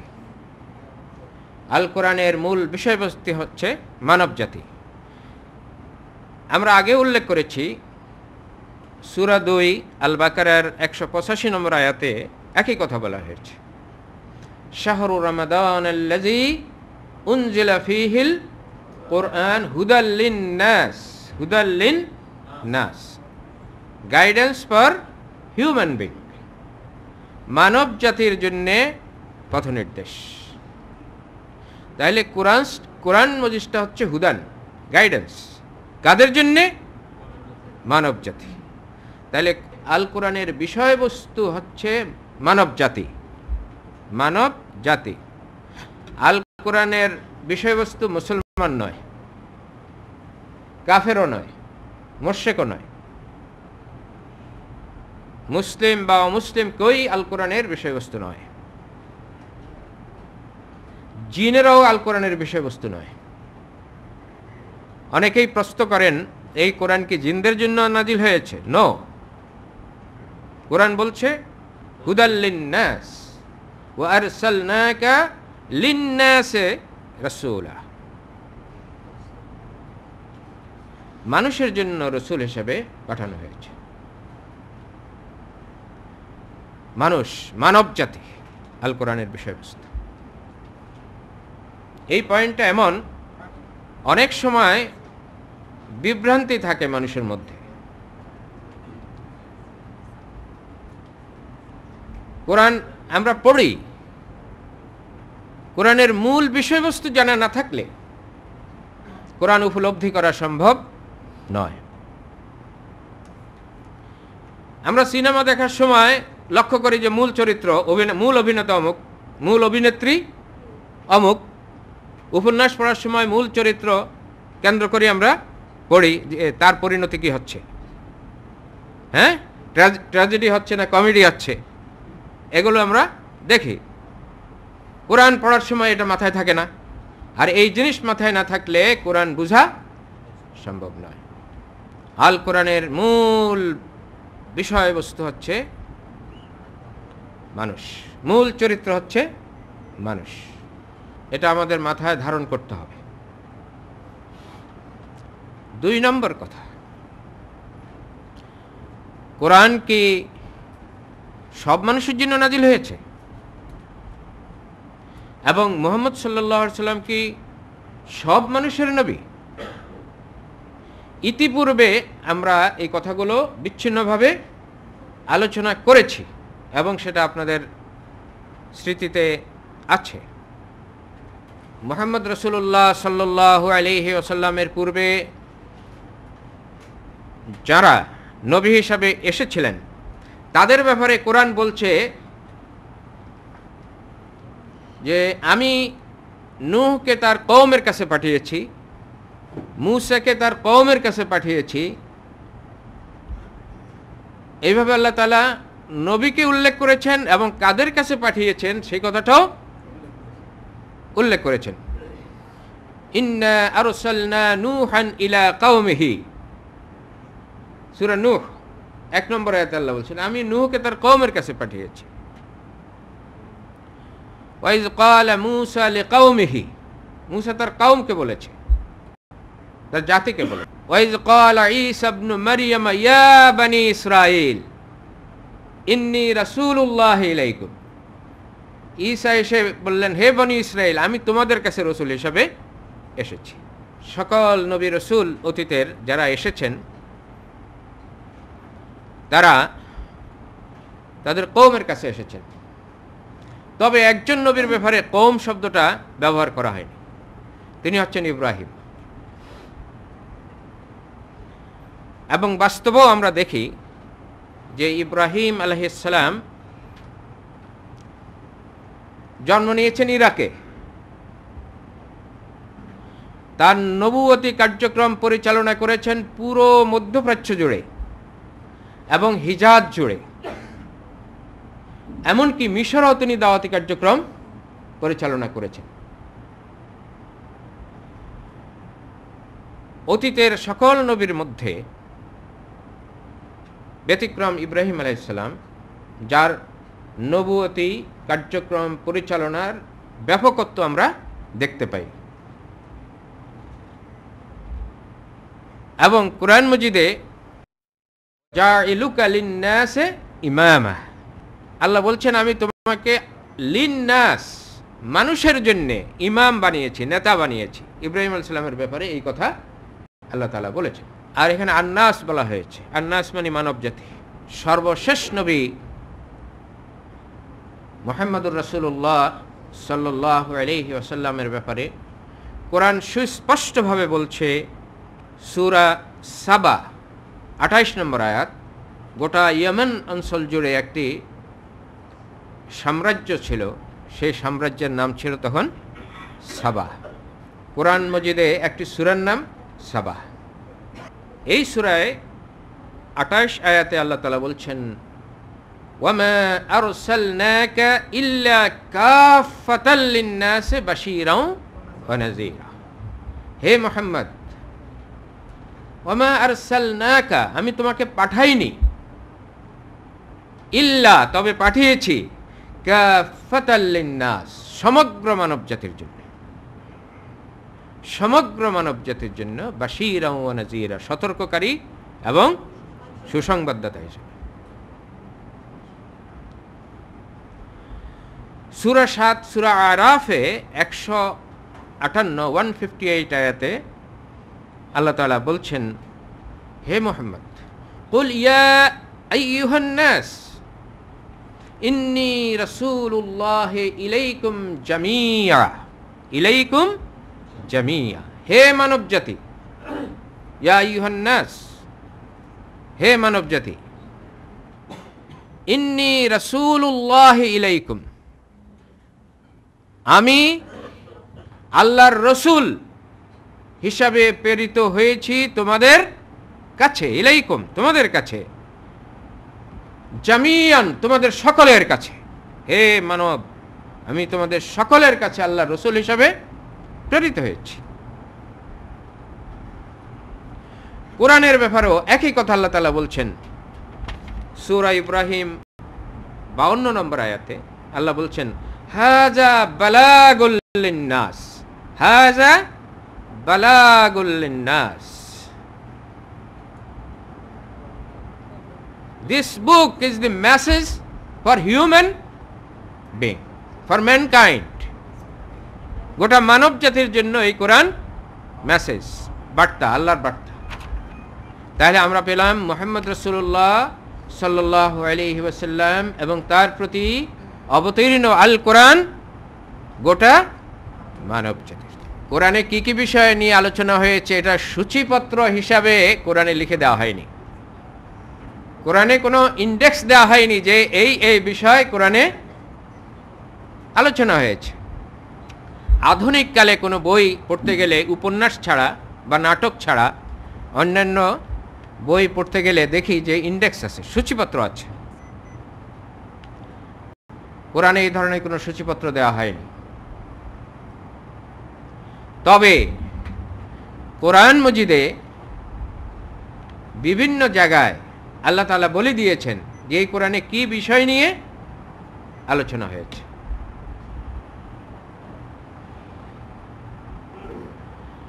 প্রথম কথা, কোরআনে আলোচনা হয়েছে, আমরা ইতিপূর্বে যে আয়াতটি উল্লেখ করেছি অনেকগুলো আয়াত ওই ধরনের আছে যে হুদাল্লিন নাস, আল বাকারা 185, হুদাল্লিন নাস, হুদান মানে গাইডেন্স। তাহলে কোরআনের আলোচ্য বিষয় হচ্ছে হিউম্যান গাইডেন্স, মানব জাতির পথনির্দেশ, হুদাল্লিন নাস। তাহলে 1 নম্বর আলোচ্য বিষয় এবং মূল আলোচ্য বিষয় হচ্ছে মানব জাতির পথ গাইডেন্স, মানব জাতির জীবনযাপনের পদ্ধতি, মানব জাতির জীবনযাপনের পদ্ধতি। কিন্তু এই হুদান শব্দটার মধ্যে আছে একটি বিশেষ অর্থ। এই হুদানের বিপরীত শব্দ হচ্ছে দলালা। দলালা মানে ভুল পথ, আর এর বিপরীত হচ্ছে হুদান। হুদান মানে সঠিক পথ, রাইট পাথ। তাহলে মানব জাতির জীবনযাপনের সঠিক পথ এই বইতে আলোচনা হয়েছে। আল কোরআনের মূল আলোচ্য বিষয়, 1 নম্বর আলোচ্য বিষয়, প্রধান আলোচ্য বিষয় হচ্ছে মানব জাতির জীবনযাপনের সঠিক পথ, রাইট পাথ। এখানে মানব জাতির জীবনযাপনের সঠিক পথ দেখানো হয়েছে এই বইতে। এবং এই পথ দেখাতে গিয়ে ইতিহাস টানা হয়েছে, অতীতের জাতিসমূহের করুণ পরিণতির কথা আলোচনা হয়েছে, উপদেশ দেওয়া হয়েছে, উপমা দেওয়া হয়েছে। সব কিছু আলোচনার মাধ্যমে মানুষের সঠিক পথ কোনটা, সেই সঠিক পথ আল্লাহ তাআলা তুলে ধরেছে। কোনটা মানুষের জীবনযাপনের সঠিক পথ, মানুষের জন্য শান্তির পথ, কল্যাণের পথ, মুক্তির পথ, এই জীবন এবং পরজীবনে সাফল্যের পথ, এই কোরআনের মূল আলোচ্য বিষয়। কোরআনের 2 নম্বর আলোচ্য বিষয়, এগুলোকে আমরা 1 নম্বর 2 নম্বর এটা আমাদের কথা, কোরআন এটা বলে নাই। আপনি নাম্বার অন্যভাবেও সাজাতে পারবেন। কোরআন বলছে সূরা ইব্রাহিম 1 নম্বর আয়াত, কিতাবুন উনজিলা ইলাইকা লিতুখরিজান নাসা মিনাজ যুলুমাতি ইলান নূর। এই কিতাব তোমার কাছে নাজিল করা হয়েছে মানুষকে অন্ধকার রাশি থেকে বের করে আলোতে আনার জন্য। তাহলে কোরআনের একটি আলোচ্য বিষয় এবং একটি প্রধান আলোচ্য বিষয় হচ্ছে মানুষকে অন্ধকার থেকে আলোতে আনা। এই অন্ধকার এবং আলোর আরেকটি অর্থ হচ্ছে অজ্ঞতা এবং জ্ঞান, মানুষকে অজ্ঞতা থেকে জ্ঞানের দিকে আনা। এর আরেকটি অর্থ হচ্ছে, অন্ধকারের আরেকটি অর্থ হচ্ছে ভুল জ্ঞান, ভুল জ্ঞান। আল কোরআনের 2 নম্বর আলোচ্য বিষয় আমরা বললাম মানুষকে অন্ধকার থেকে আলোতে আনা, অজ্ঞতা থেকে জ্ঞানের দিকে আনা, ভুল জ্ঞান থেকে সঠিক জ্ঞানের দিকে আনা। এটা 2 নম্বর আলোচ্য বিষয়। কোরআনের 3 নম্বর আলোচ্য বিষয় হচ্ছে মানুষকে অশান্তি থেকে শান্তির দিকে আনা। কাদ জাআকুম মিনাল্লাহি নূরুন ওয়া কিতাবুম মুবিন ইয়াহদি বিহিল্লাহু মানিত্তাবা রিদওয়ানাহু সুবুলাস সালাম। কাদ জাকুম মিনাল্লাহ, আল্লাহর কাছ থেকে তোমাদের কাছে এসেছে নূরুন, একটি লাইট, ওয়া কিতাবুম মুবিন, এবং সুস্পষ্ট কিতাব। ইয়াহদি বিহিল্লাহু, আল্লাহ পথ দেখান এই কিতাব দিয়ে, মানিত্তাবা রিদওয়ানাহু, যারা আল্লাহ সন্তুষ্টি চায় তাদেরকে, সুবুলাস সালাম, কোন পথ দেখান? শান্তির পথ, শান্তির পথ দেখান আল্লাহ। কোরআন মজিদের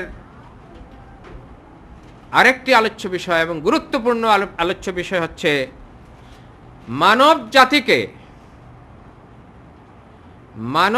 জাতিকে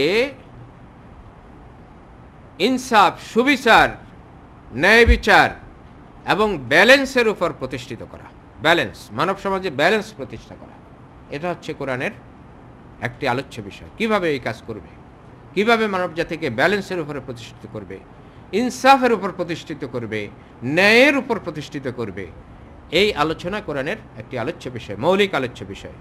সূরা আল হাদিদ 25 নম্বর আয়াতে এটা আল্লাহ বলেছেন, লাকাদ আরসালনা রুসুলানা বিল বাইয়িনাত, আমি আমার রসুলদেরকে পাঠিয়েছি বিল বাইয়িনাত, সুস্পষ্ট প্রমাণ নিয়ে। ওয়া আরসালনা মাআহুমুল কিতাব, তাদের সাথে আমি কিতাব পাঠিয়েছি। ওয়াল মিজান, এবং মানদণ্ড, ব্যালেন্স পাঠিয়েছি। মিজান মানে ব্যালেন্স, ইনসাফ, সুবিচার, ন্যায়ের দণ্ড পাঠিয়েছি। কি জন্য? লিয়াকুমান নাসু বিল কিসতে, যাতে করে মানব জাতি কিস্তের উপর, কিস্ত মানে হচ্ছে ব্যালেন্স, কিস্ত, মিজান এবং আদল একই অর্থ, ইংরেজিতে এর অর্থ হলো ব্যালেন্স, ন্যায়, ভারসাম্য। মানব জাতিকে ভারসাম্যের উপর প্রতিষ্ঠা করার জন্যে আমি রসুলদেরকে প্রমাণপত্র নিয়ে পাঠিয়েছি। এই প্রমাণপত্র হচ্ছে আল্লাহর কিতাব। কোরআন মজিদের আরেকটি আলোচ্য বিষয় হচ্ছে মানব জাতির একটি অংশকে উপরে উঠানো আর একটি অংশকে নিচে নামানো। হ্যাঁ, উত্থান এবং পতন সৃষ্টি করা মানব জাতির মধ্যে, মানব জাতির মধ্যে উত্থান এবং পতন সৃষ্টি করবে এই কোরআন। এই জন্য কোরআন পাঠিয়েছেন আল্লাহ তাআলা। কিভাবে উত্থান হবে আর কিভাবে পতন হবে, এই কোরআনে সেই পথ বলে দিয়েছে। তোমরা পতন চাও, তাহলে এইভাবে চলো। তোমরা উত্থান চাও, সাফল্য চাও, বিজয় চাও, তাহলে এইভাবে চলো। উত্থান পতন, উঠা নামা কিভাবে হবে, সেই নির্দেশনা এই কোরআনে দেওয়া হয়েছে। এটা একটি হাদিস থেকে আমি বলি, খুব সুন্দরভাবে হাদিসটিতে বলা হয়েছে। হাদিসটি সহিহ মুসলিম, হযরত উমর ইবনুল খাত্তাব রাদিয়াল্লাহু আনহু হাদিসটি বর্ণনা করেছেন। আন উমর ইবনুল খাত্তাব রাদিয়াল্লাহু আনহু قال قال رسول الله صلى الله عليه وسلم إن الله يرفع بهذا الكتاب أقواما ويدع به آخرين।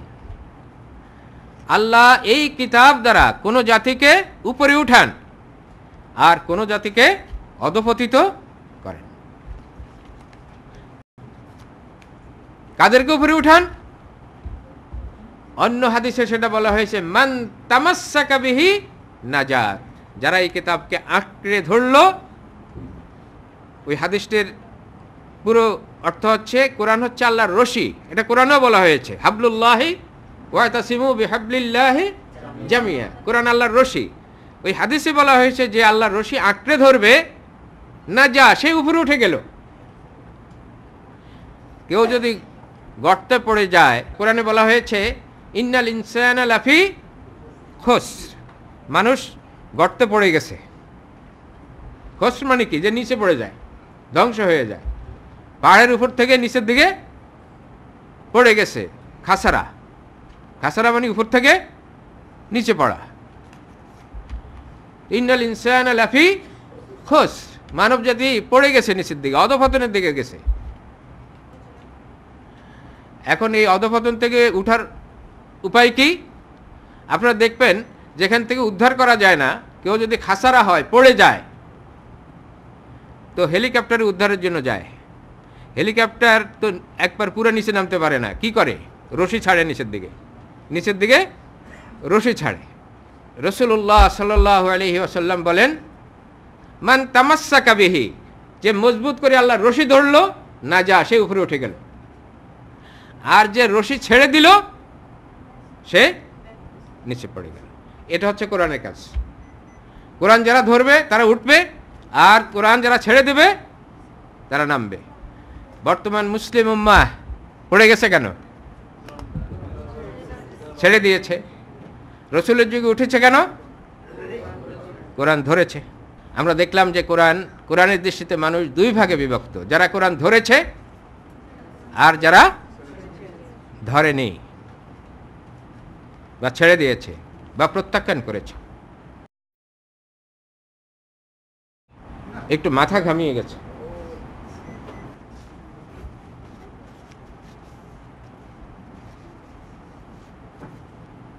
আমরা গত যে আলোচনা করেছি গত ক্লাসে, আমরা এখন সেখানে যাই। রাসূলুল্লাহ সাল্লাল্লাহু আলাইহি ওয়াসাল্লামের উপর কিছুদিন বিরতি পর, প্রথম ওহী নাজিলের পর কিছুদিন, 6 মাস ওহী নাজিল হয়নি, তারপর নাজিল হয়েছে ইয়া আইয়ুহাল মুদ্দাসসির কুম ফাআনজির ওয়া রাব্বাকা ফাকাব্বির ওয়া সিয়াবাকা ফাতাহহির। এখানে আল্লাহ তাআলা নির্দেশ দিয়েছেন, কুম ফাআনজির, উঠো, মানুষকে সতর্ক করো, ওয়া রাব্বাকা ফাকাব্বির, আল্লাহর তাকবীর করো, আল্লাহর শ্রেষ্ঠত্ব ঘোষণা করো, প্রচার করো।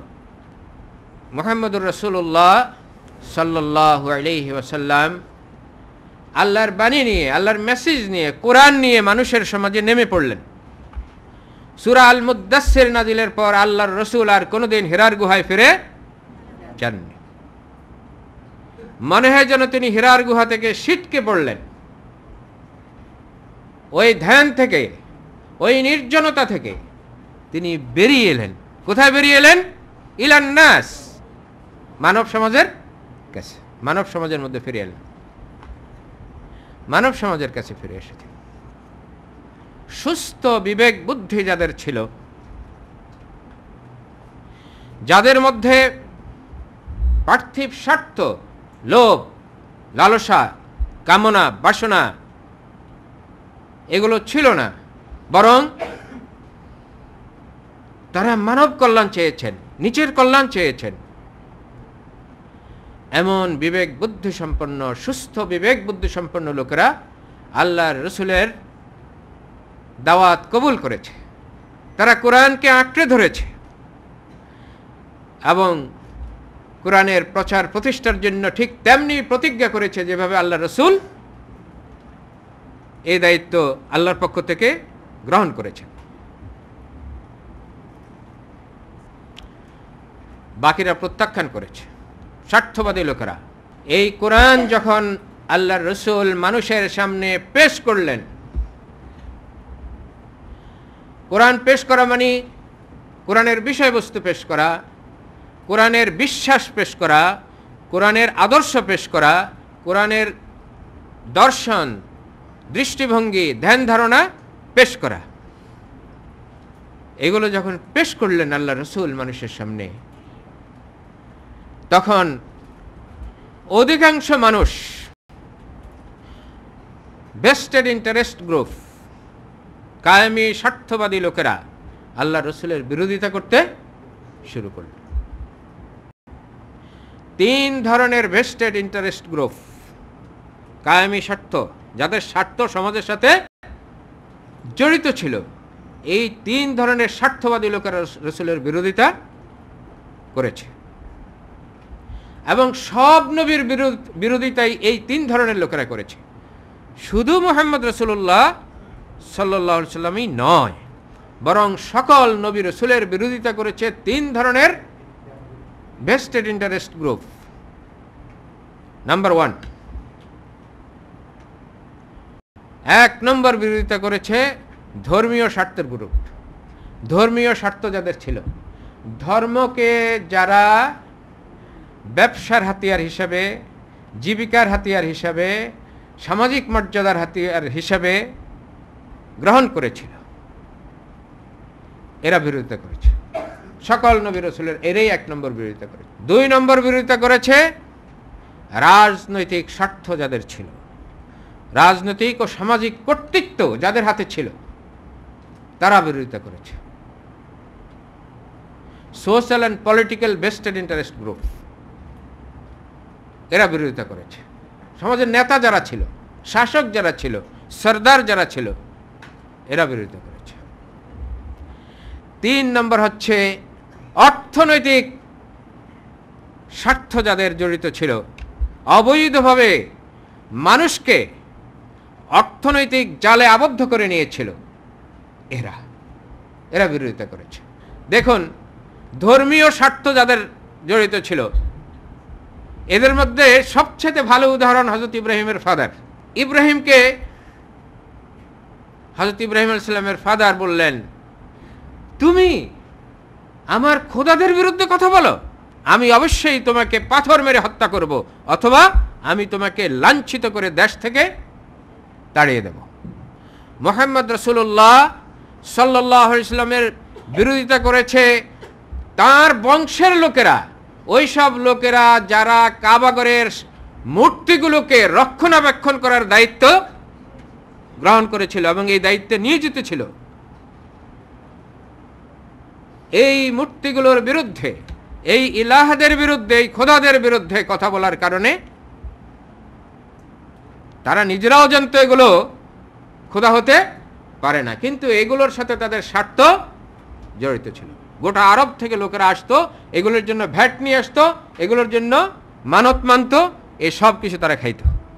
দ্বিতীয় হলো রাজনৈতিক কর্তৃত্ব, রাজনৈতিক সরদারি, সামাজিক কর্তৃত্ব যাদের হাতে ছিল, এরা বিরোধিতা করেছে।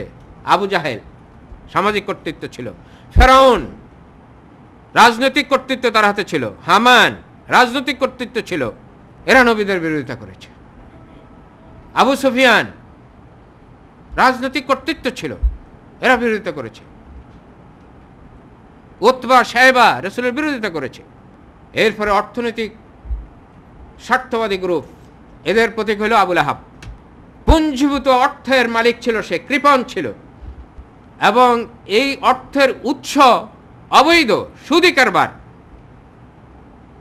ধোঁকাবাজি ব্যবসা এবং এতিমদের সম্পদ হরণ। আল্লাহ বলে দিলেন, মা আগনা আনহু মালুহু ওয়া মা কাসাব, তার সম্পদ তার কোনো কাজে আসবে না। এই 3টা গ্রুপ বিরোধিতা করেছে কোরআনের। আমরা যারা কোরআনের বাহক হওয়ার সিদ্ধান্ত নিয়েছি, এই 3 গ্রুপ বিরোধিতা করবে। এবার আসেন বিরোধিতার ধরন কি। সূরা হামিম আস-সাজদা, সূরা 41 আয়াত 42, আল্লাহ বলছেন, মা ইউকালু লাকা ইল্লা মা কাদ কিলা লির রুসুলি মিন ক্বাবলিক, হে